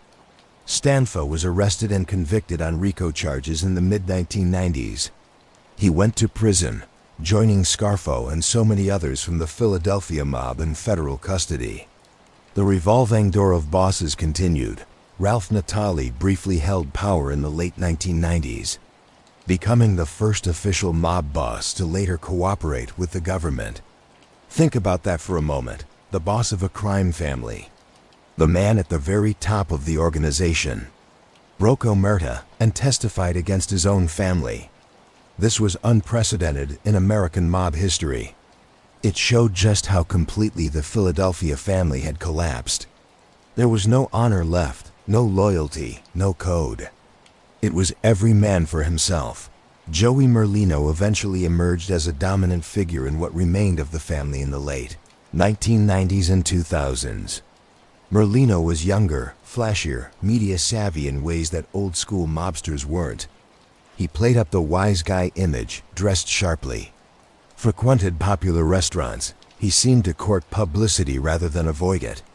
This was a different kind of mobster, one more interested in the lifestyle and image than in building a sustainable criminal organization. Merlino, too, was arrested and prosecuted. He served prison time. After his release, he seemed to live a quasi-legitimate life.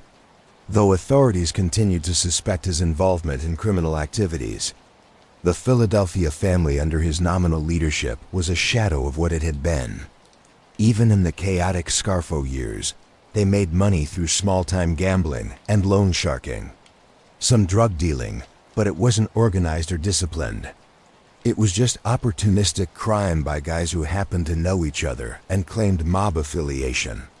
By the 2000s and 2010s, the Philadelphia crime family was barely recognizable as a crime family at all.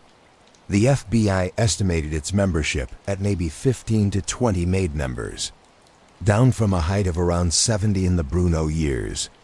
These remaining members were mostly older guys running small operations, trying not to attract attention. The days of controlling unions, skimming millions from casinos, running major criminal enterprises, those days were gone. The comparison to other families is instructive. New York's 5 families were hit hard by RICO prosecutions in the 1980s and 1990s. But they survived, they adapted, they became more careful, more disciplined about security. They rebuilt, yes, they were weaker than before, but they remained functioning criminal organizations with established hierarchies and significant criminal operations.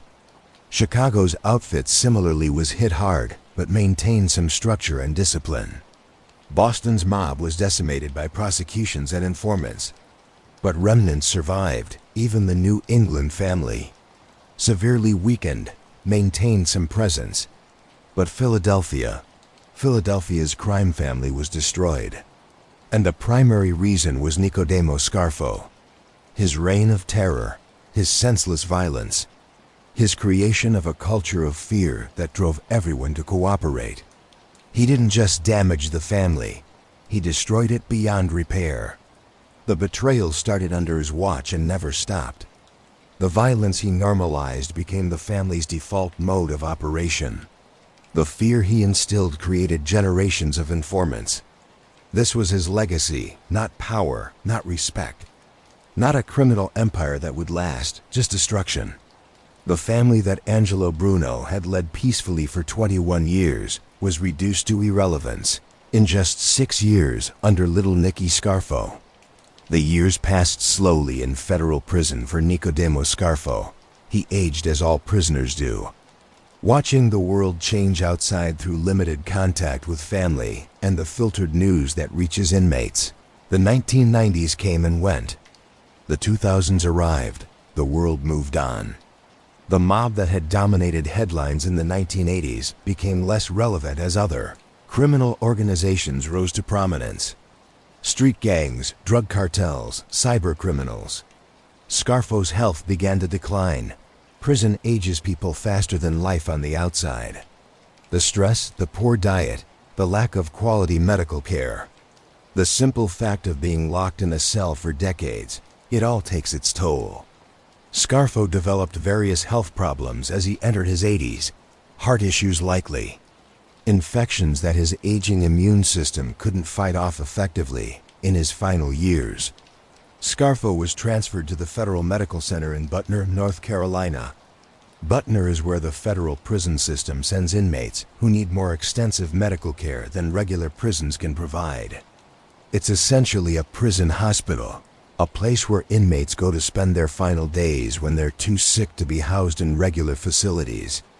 There, in that prison hospital, surrounded not by family or friends, but by guards and other dying inmates, Nicodemo Little Nicky Scarfo spent his last months. He'd been in federal custody for nearly 3 decades by this point. He'd missed decades of his children's and grandchildren's lives. He'd grown old behind bars, his power and influence reduced to nothing. His organization destroyed, his family scattered. On January 13, 2017, Nicodemo Scarfo died. He was 87 years old. The official cause of death was listed as complications from infections. His body, weakened by age and illness, could no longer fight off the diseases that attacked him. There were no dramatic last words reported. No deathbed confessions. He simply died, as all people do. His life ending not with violence, but with the quiet failure of his body's systems. The news of his death received some media coverage. Philadelphia newspapers ran obituaries and retrospectives. The crime reporters who covered his reign in the 1980s wrote articles summarizing his life and crimes. Some documentaries about organized crime mentioned his passing, but it wasn't major news. Scarfo had been irrelevant for years, a relic of an earlier era, a name from the past that younger generations might not even recognize. His body was released to his family for burial. The funeral was quiet, private. There was no massive mob funeral like you'd see in movies, with dozens of mobsters showing up to pay respects. Most of the people who'd been in Scarfo's organization were dead, in prison, or in witness protection. The few who remained free and loyal weren't about to draw FBI attention by attending a mob boss's funeral. He was buried in a cemetery in the Philadelphia area. The grave marker was simple. Understated, no elaborate monument, no grand memorial. Just a stone with his name and dates. Even in death, there was no glory, no honor, no respect.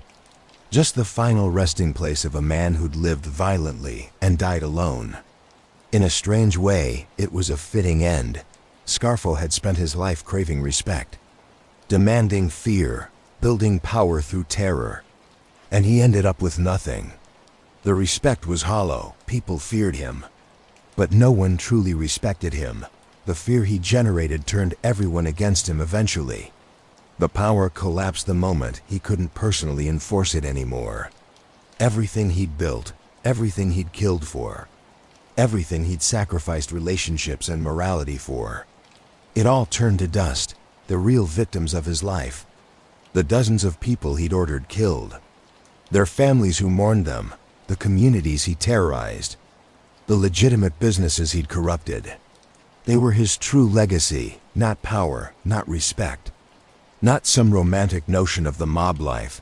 Just pain and death and broken families. What made Nicodemo Scarfo the way he was?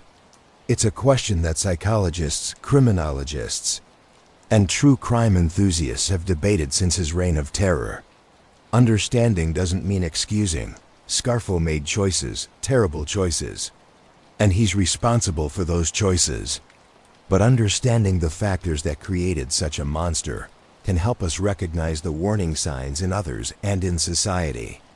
The physical stature issue cannot be ignored. Scarfo stood 5 feet 5 inches tall in a culture that valued physical dominance and presence. The nickname Little Nicky was a constant reminder of what he lacked. Research on what's sometimes called short man syndrome or Napoleon complex suggests that some men of below average height overcompensate through aggression and dominance-seeking behavior. Not all short men do this, of course. Height doesn't determine character. But for someone with Scarfo's particular psychology, his height became a source of deep insecurity that showed up as violent overreaction to any perceived disrespect. Every slight, every joke, every moment when someone didn't show proper deference. Scarfo interpreted these through the lens of his insecurity. He couldn't just let things go. He couldn't laugh off an insult.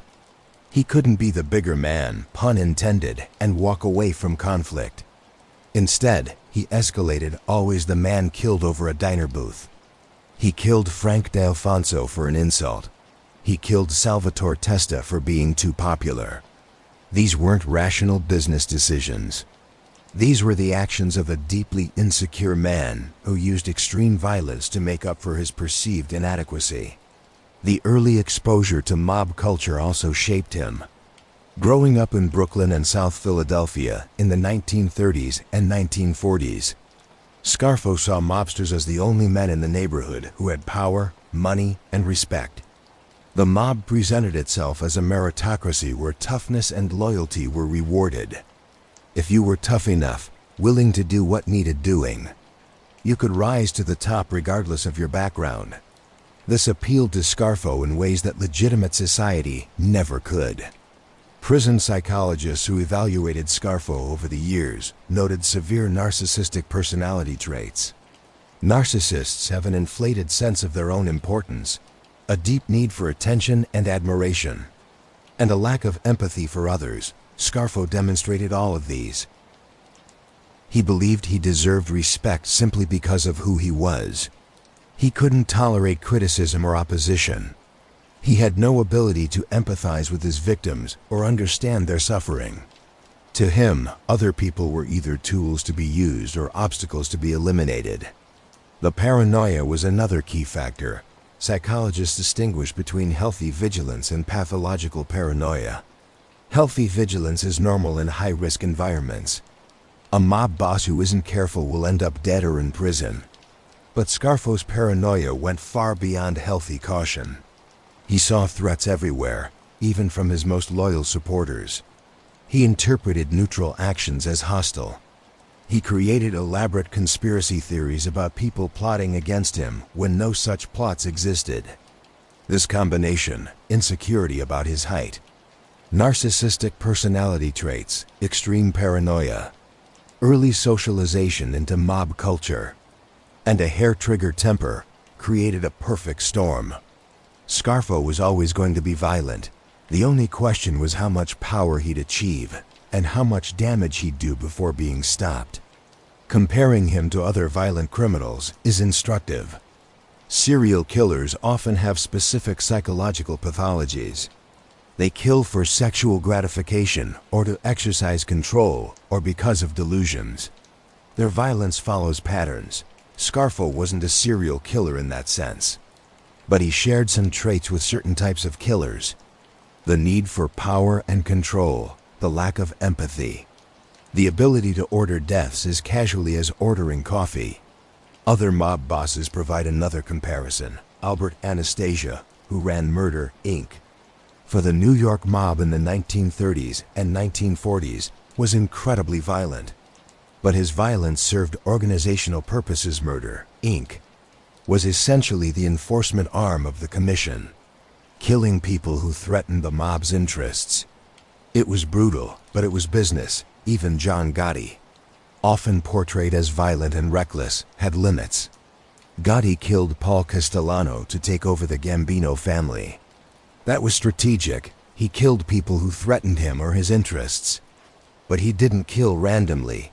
He didn't murder loyal family members because they were too popular. Scarfo was different. His violence was personal, petty, driven by his psychological needs rather than organizational benefit. He weakened his own family through his killings. He created an atmosphere that drove men to cooperate with law enforcement. He was in many ways the architect of his own destruction and the destruction of everything he supposedly valued. The rise and fall of Nicodemo Scarfo taught law enforcement valuable lessons about how to dismantle organized crime. Some of these lessons were positive developments in crime fighting. Others raised troubling questions about justice and the methods used to achieve it. The first lesson: RICO works. The Racketeer-Influenced and Corrupt Organizations Act, properly used, can dismantle criminal enterprises by targeting the leadership. Before RICO, prosecutors had to prove that a boss directly committed specific crimes. With RICO, they could show that a boss ran an organization that committed crimes, even if the boss never personally pulled a trigger or collected a gambling debt. This shift in prosecutorial strategy devastated organized crime across America in the 1980s and 1990s. The second lesson: electronic surveillance is crucial. The FBI's wiretaps and bugs provided evidence that no amount of traditional investigation could have gathered. Hearing Scarfo order murders in his own voice, listening to him discuss criminal activities with his associates, this was proof that couldn't be denied or explained away. Modern law enforcement relies heavily on electronic surveillance, from wiretaps to cell phone tracking to computer forensics. The Scarfo case demonstrated the power of these tools. The third lesson, more troubling. Fear can be weaponized to create cooperating witnesses. The FBI realized that Scarfo's reign of terror had made his own men afraid and resentful. By pressuring these men with long prison sentences and offering reduced terms for cooperation, they created a flood of informants. This strategy has been used repeatedly since then, sometimes appropriately, sometimes questionably. The moral complications are real. Many of the cooperating witnesses were themselves murderers. Tommy Del Giorno had killed people. Nicky Caramondi had killed people. Philip Linetti had killed people. They received reduced sentences in exchange for testifying. Some served less than a decade in prison, despite participating in multiple murders. Meanwhile, their testimony sent others to prison for life. Is this justice? The prosecutors would argue, yes, you need insiders to testify to bring down the bosses. And offering deals is the only way to get that testimony. The alternative is letting the entire organization continue to operate because you can't prove the boss's involvement. From this perspective, giving reduced sentences to lower-level killers to convict the top leadership makes sense. Critics would argue that it's deeply troubling to let murderers go free, or mostly free, in exchange for testimony. It creates perverse incentives. It means that justice depends not on what you did, but on whether you're willing to inform on others. Some innocent people have been convicted, based on testimony from cooperating witnesses who had incentives to lie or exaggerate to please prosecutors. The fourth lesson, organized crime families can't survive when omerta collapses. The mob's code of silence was its most powerful protection for decades. Made men would go to prison rather than cooperate. This made prosecuting mob cases incredibly difficult. But once that code broke down, as it did spectacularly in Philadelphia, the entire structure collapsed. Other people saw that cooperating was possible, that witness protection offered some safety, that reduced sentences were available. The floodgates opened. The fifth lesson. Violence as an organizational strategy has limits. Scarfo believed he could rule through fear. He was wrong. Fear creates compliance in the short term, but it breeds resentment and eventual betrayal. Organizations that survive long term do so through some combination of loyalty, shared values, mutual benefit, and yes, controlled use of force when necessary. But pure terror isn't sustainable eventually. People get desperate enough to risk everything to escape the reign of terror. For society more broadly, the Scarfo story is a cautionary tale about how cultures of violence perpetuate themselves. Scarfo grew up seeing violence normalized. He entered a world where violence was a tool. He used violence to rise in that world. And he created a culture where violence became the default response to every problem.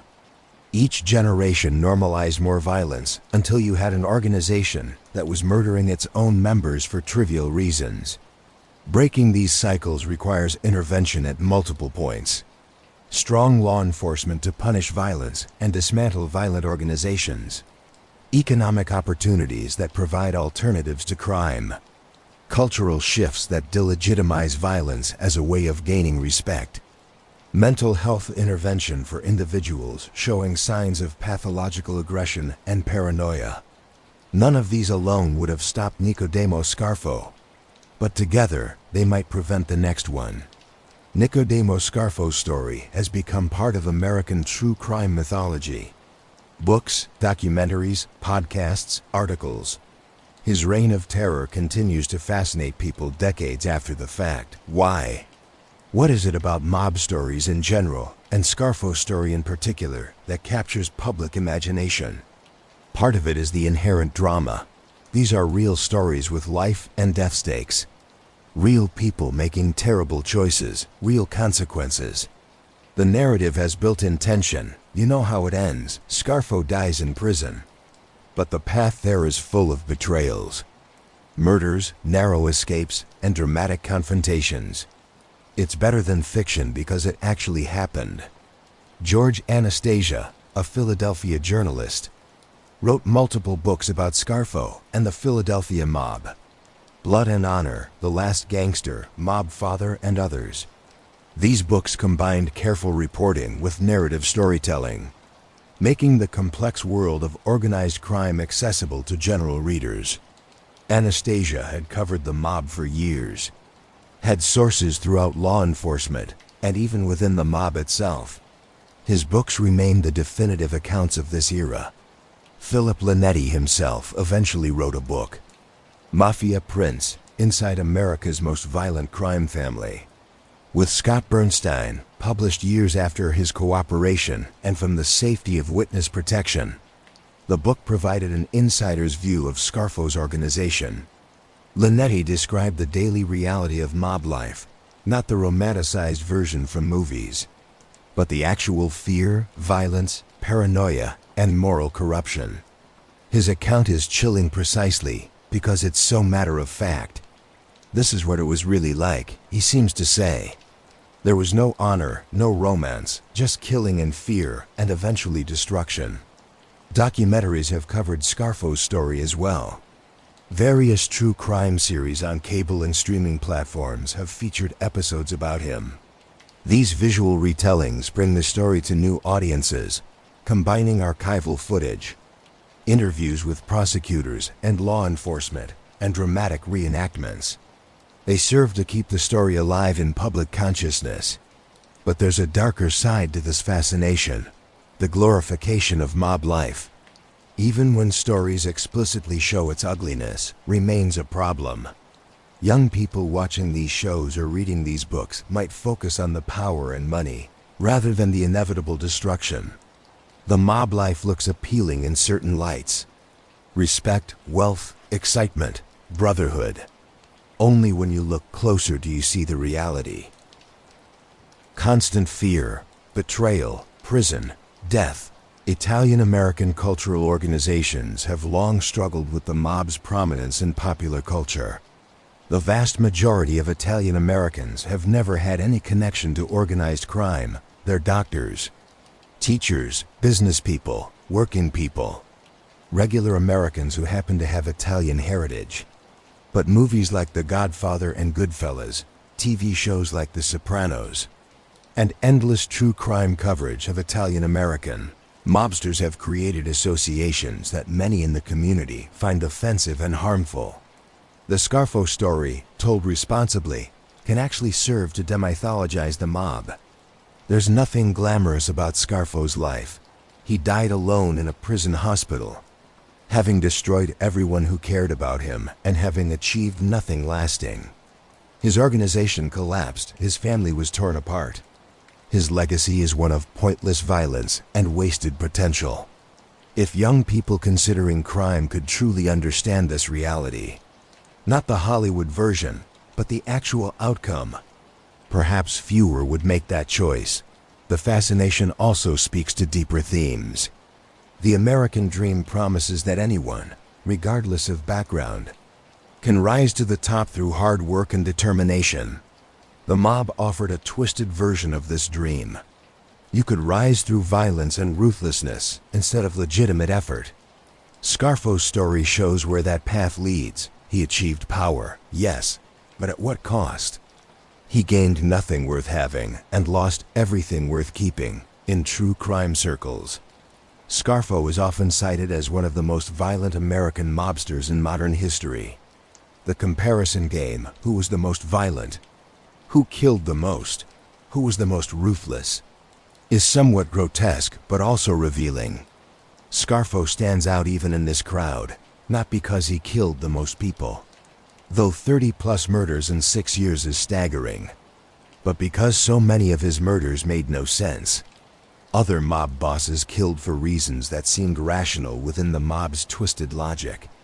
Scarfo killed because he was paranoid and insecure. This makes him in some ways more terrifying than bosses who were merely criminal. You could understand how to avoid being killed by rational criminals. Don't steal from them. Don't threaten them. Don't inform the police, but how do you avoid being killed by someone like Scarfo? You can't. He'll kill you for being too popular, for not being respectful enough in exactly the right way, for existing as a potential threat.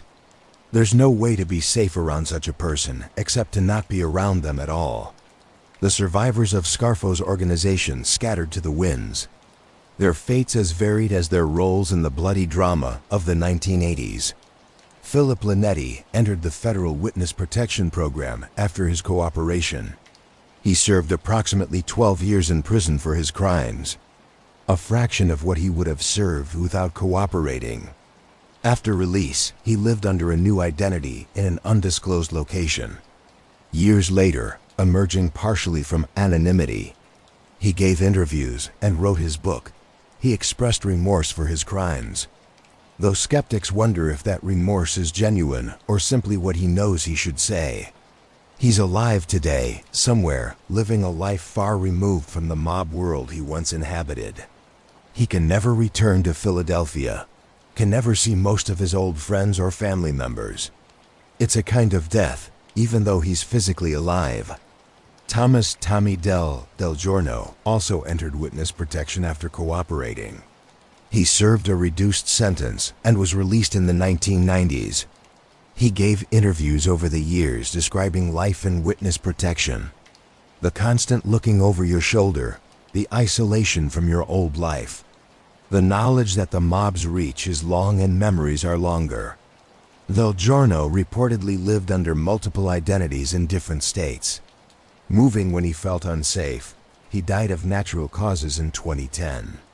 Having survived decades in hiding, Nicholas "Nicky" Crow Caramandi similarly cooperated and entered protection. He served reduced time and was released in the early 1990s.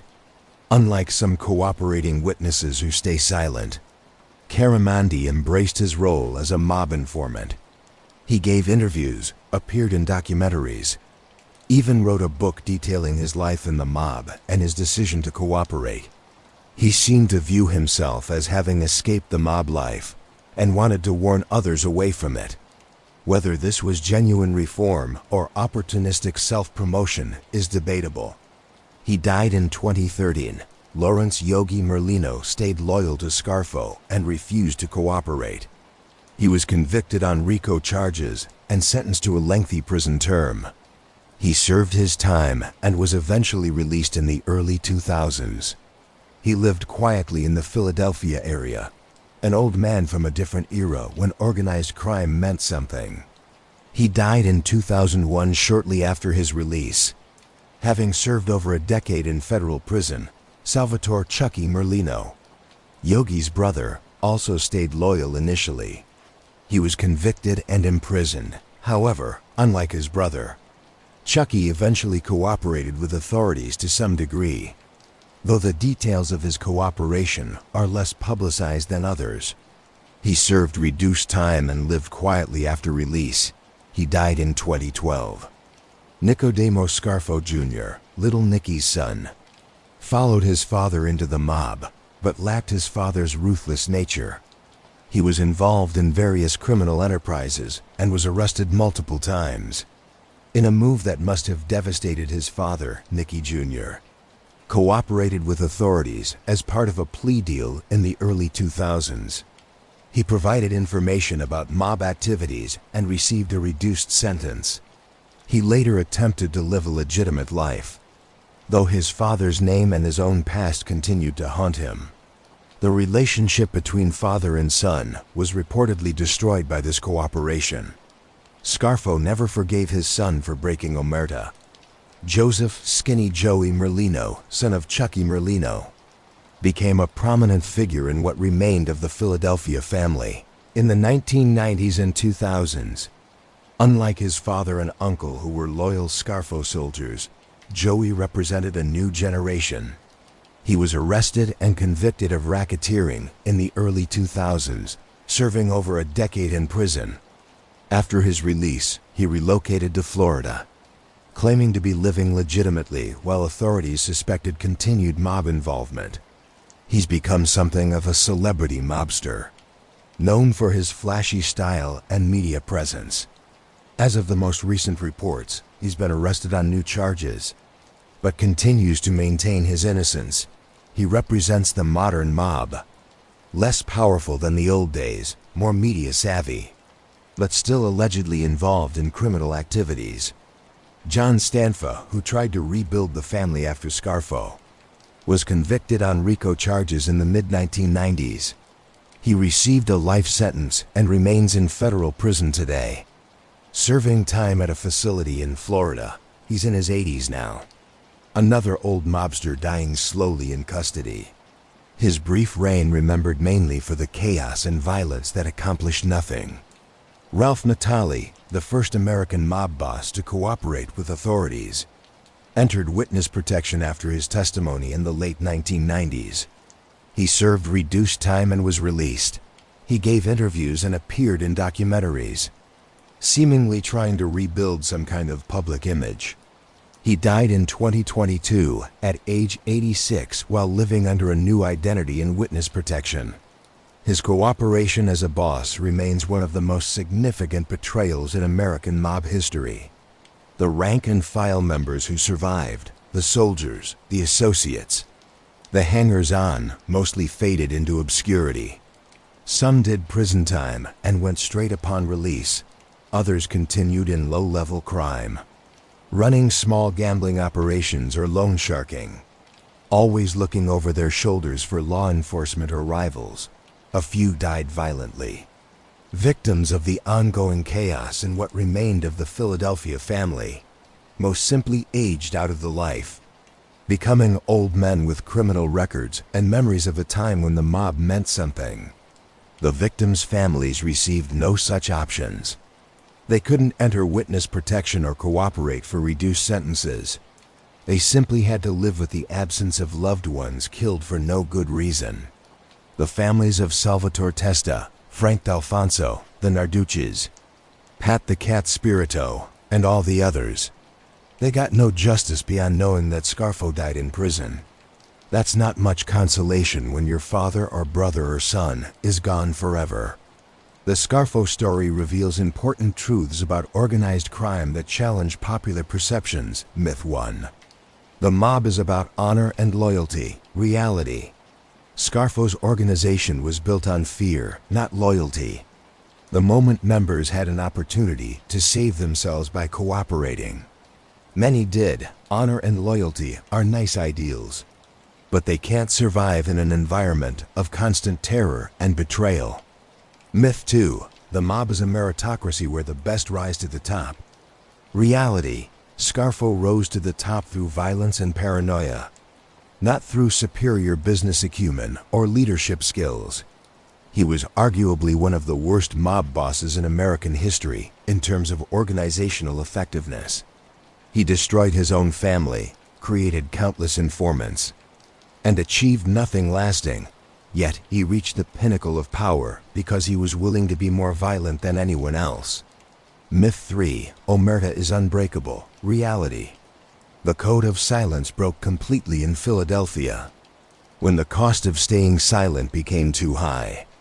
When fear of the boss exceeded fear of breaking the code, men talked, many men. The code only works when there's mutual benefit and reasonable certainty that loyalty will be reciprocated. Scarfo's paranoid killings destroyed any such certainty. Myth 4. The mob is a significant economic force that legitimate society depends on. Reality. While the mob did control certain industries and union locals, its destruction didn't collapse these sectors. After Scarfo and his organization were dismantled, Atlantic City's casinos continued to thrive. Construction continued. Unions continued to function. The mob's role, while profitable for the criminals involved, was parasitic rather than essential. Myth 5. Law enforcement can't defeat organized crime. Reality. RICO prosecutions, electronic surveillance, and cultivating cooperating witnesses devastated the American Mafia in the 1980s and 1990s. It's not impossible to defeat organized crime. It requires resources, legal tools, and sustained effort. but it can be done. The Philadelphia family was effectively destroyed as a significant criminal organization. These lessons matter because organized crime continues to exist. Evolving and adapting, the Italian-American Mafia is less powerful than it once was. But other criminal organizations have risen to take its place: street gangs, drug cartels, cyber criminal organizations, human trafficking networks. These represent the modern face of organized crime. Understanding what worked against the traditional mob can inform strategies against these newer threats. The other lesson, perhaps the most important, is about charismatic authority and the dangers of organizations built around a single personality. Scarfo's organization had no real structure independent of his personality. It was held together by fear of him personally. When he went to prison, it collapsed because there was nothing holding it together except that fear. This pattern repeats in various contexts: political movements, cults, terrorist organizations, where everything revolves around a single leader's personality. Such organizations are brittle.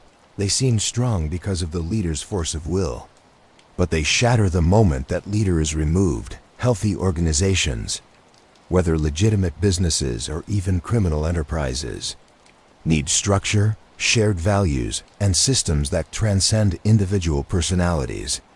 Angelo Bruno built something that could have survived his death if not for the violence of the conspirators who killed him. Scarfo built nothing but a reign of terror that couldn't outlast his imprisonment. And so ends the story of Nicodemo Scarfo, the 5'5" mob boss whose reign of terror left dozens dead and a crime family in ruins. A man so violent, so paranoid, so utterly consumed by his need for respect and fear that he destroyed everything he touched. He rose from the streets of South Philadelphia to the pinnacle of organized crime, achieving the power he'd always craved, and used that power to create nothing but misery, fear, and death. In 6 years as boss, he ordered approximately 30 murders. He killed the son of his predecessor for being too popular. He killed loyal soldiers for imagined slights. He killed his way to the top and continued killing until his own organization bled out, leaving a trail of cooperating witnesses and destroyed families. He died alone in a prison hospital on January 13, 2017. At age 87, having spent nearly 3 decades in federal custody. He never broke omerta himself, but his reign of terror broke it for everyone else. His nephew, who he'd groomed as his successor, testified against him. His own son eventually cooperated with authorities. Dozens of his associates turned informant. The organization he'd led was reduced from a powerful crime family to an irrelevant collection of aging criminals running small-time operations. His legacy is destruction. The Philadelphia crime family, which had existed for over 50 years and had thrived under Angelo Bruno's steady leadership, was broken beyond repair by Scarfo's 6-year rampage. It never recovered. Today, it barely exists at all. A few elderly mobsters running gambling operations, a name that still carries some weight in certain circles, but nothing resembling the organization it once was. The victims of his violence received no such recovery. Salvatore Testa, dead at 28. Frank D'Alfonso, shot 11 times for an insult. The Narduccis, father and son, both murdered. Pat the Cat Spirito, strangled and dumped in a trunk. Dozens more, each one a life ended, a family destroyed. A community traumatized. For what? For Scarfo's ego, for his paranoid need to feel respected, for his inability to tolerate anyone who might overshadow him. If you've made it this far, you've just spent several hours diving into one of the darkest stories in American organized crime history. You followed the arc of a man who let his worst impulses guide his life, who achieved power through violence and lost everything through that same violence. You've seen how fear, while effective in the short term, ultimately destroys any organization built on it. You've witnessed the collapse of omerta, the code that protected the mob for generations. When that code came into conflict with self-preservation, what do you think? Was Scarfo born evil? His psychology predetermined by genetics and early environment? Or was he created by the streets, by the mob culture, by a society that offered few legitimate paths to power for a poor kid from South Philadelphia?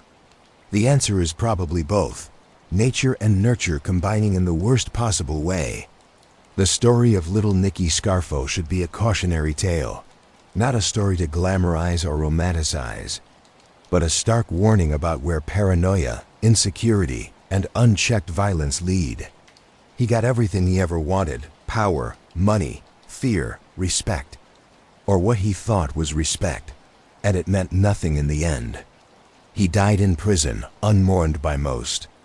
His organization destroyed, his family scattered. His legacy one of pointless carnage.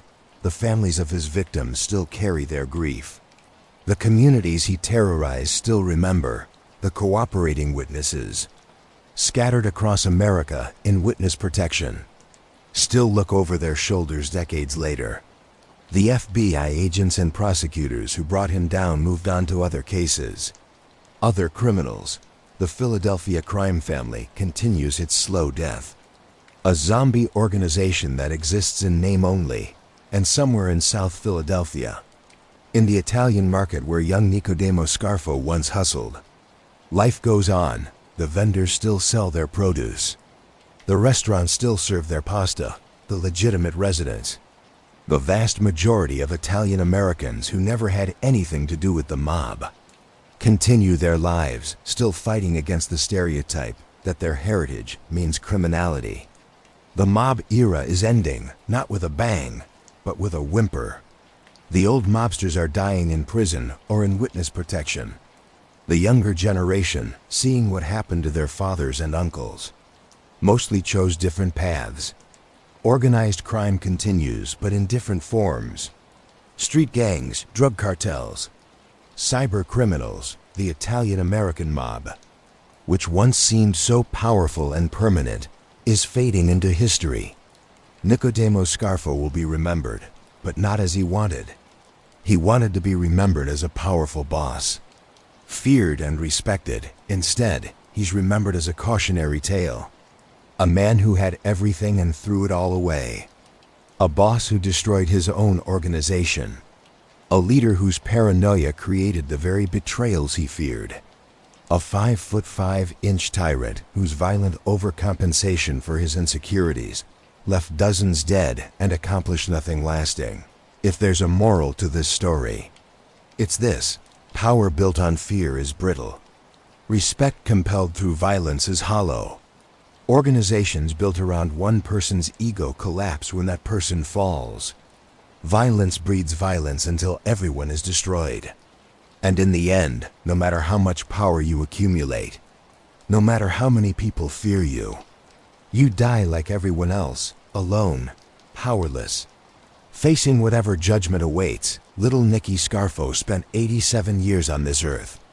He caused tremendous suffering. He ended dozens of lives. He destroyed a criminal organization that had existed for generations. He betrayed everyone who trusted him and was betrayed by everyone he trusted. He achieved power and lost everything in the process. Was it worth it? He thought so right until the end. He never expressed remorse, never admitted fault, never acknowledged the humanity of his victims. He died believing he was a man of honor brought down by rats and weak men who couldn't handle the life. But history will remember him differently. Not as a man of honor, but as a monster, not as a powerful boss, but as a paranoid tyrant, not as a success, but as a cautionary tale about the inevitable outcome of building a life on violence and fear. Sleep well, if you can, after spending these hours in the dark world of little Nicky Scarfo. Remember the victims, remember the lesson. Remember that the mob life, however it might be romanticized in movies and television, leads nowhere good. It leads to prison or the grave, to betrayal or death, to a life consumed by paranoia and ended in loneliness. This was the story of Nicodemo, little Nicky Scarfo, the most violent boss in mob history. A 5'5" man who tried to be 10 feet tall through violence and ended up as nothing but a name in criminal history books and a corpse in a prison cemetery. Where should we go next? What other dark corners of criminal history should we explore? Let me know in the comments, and if this story moved you, disturbed you, made you think, share it. Hit that subscribe button, leave a like, tell others. These stories need to be told, not to glorify the criminals, but to remember the victims and understand the human capacity for both great evil and the courage to stand against it. Until next time, remember, respect earned through fear is no respect at all. Power built on violence is destined to collapse, and in the end, we're all equal before whatever final judgment awaits. This was the story of little Nicky Scarfo. Thank you for listening.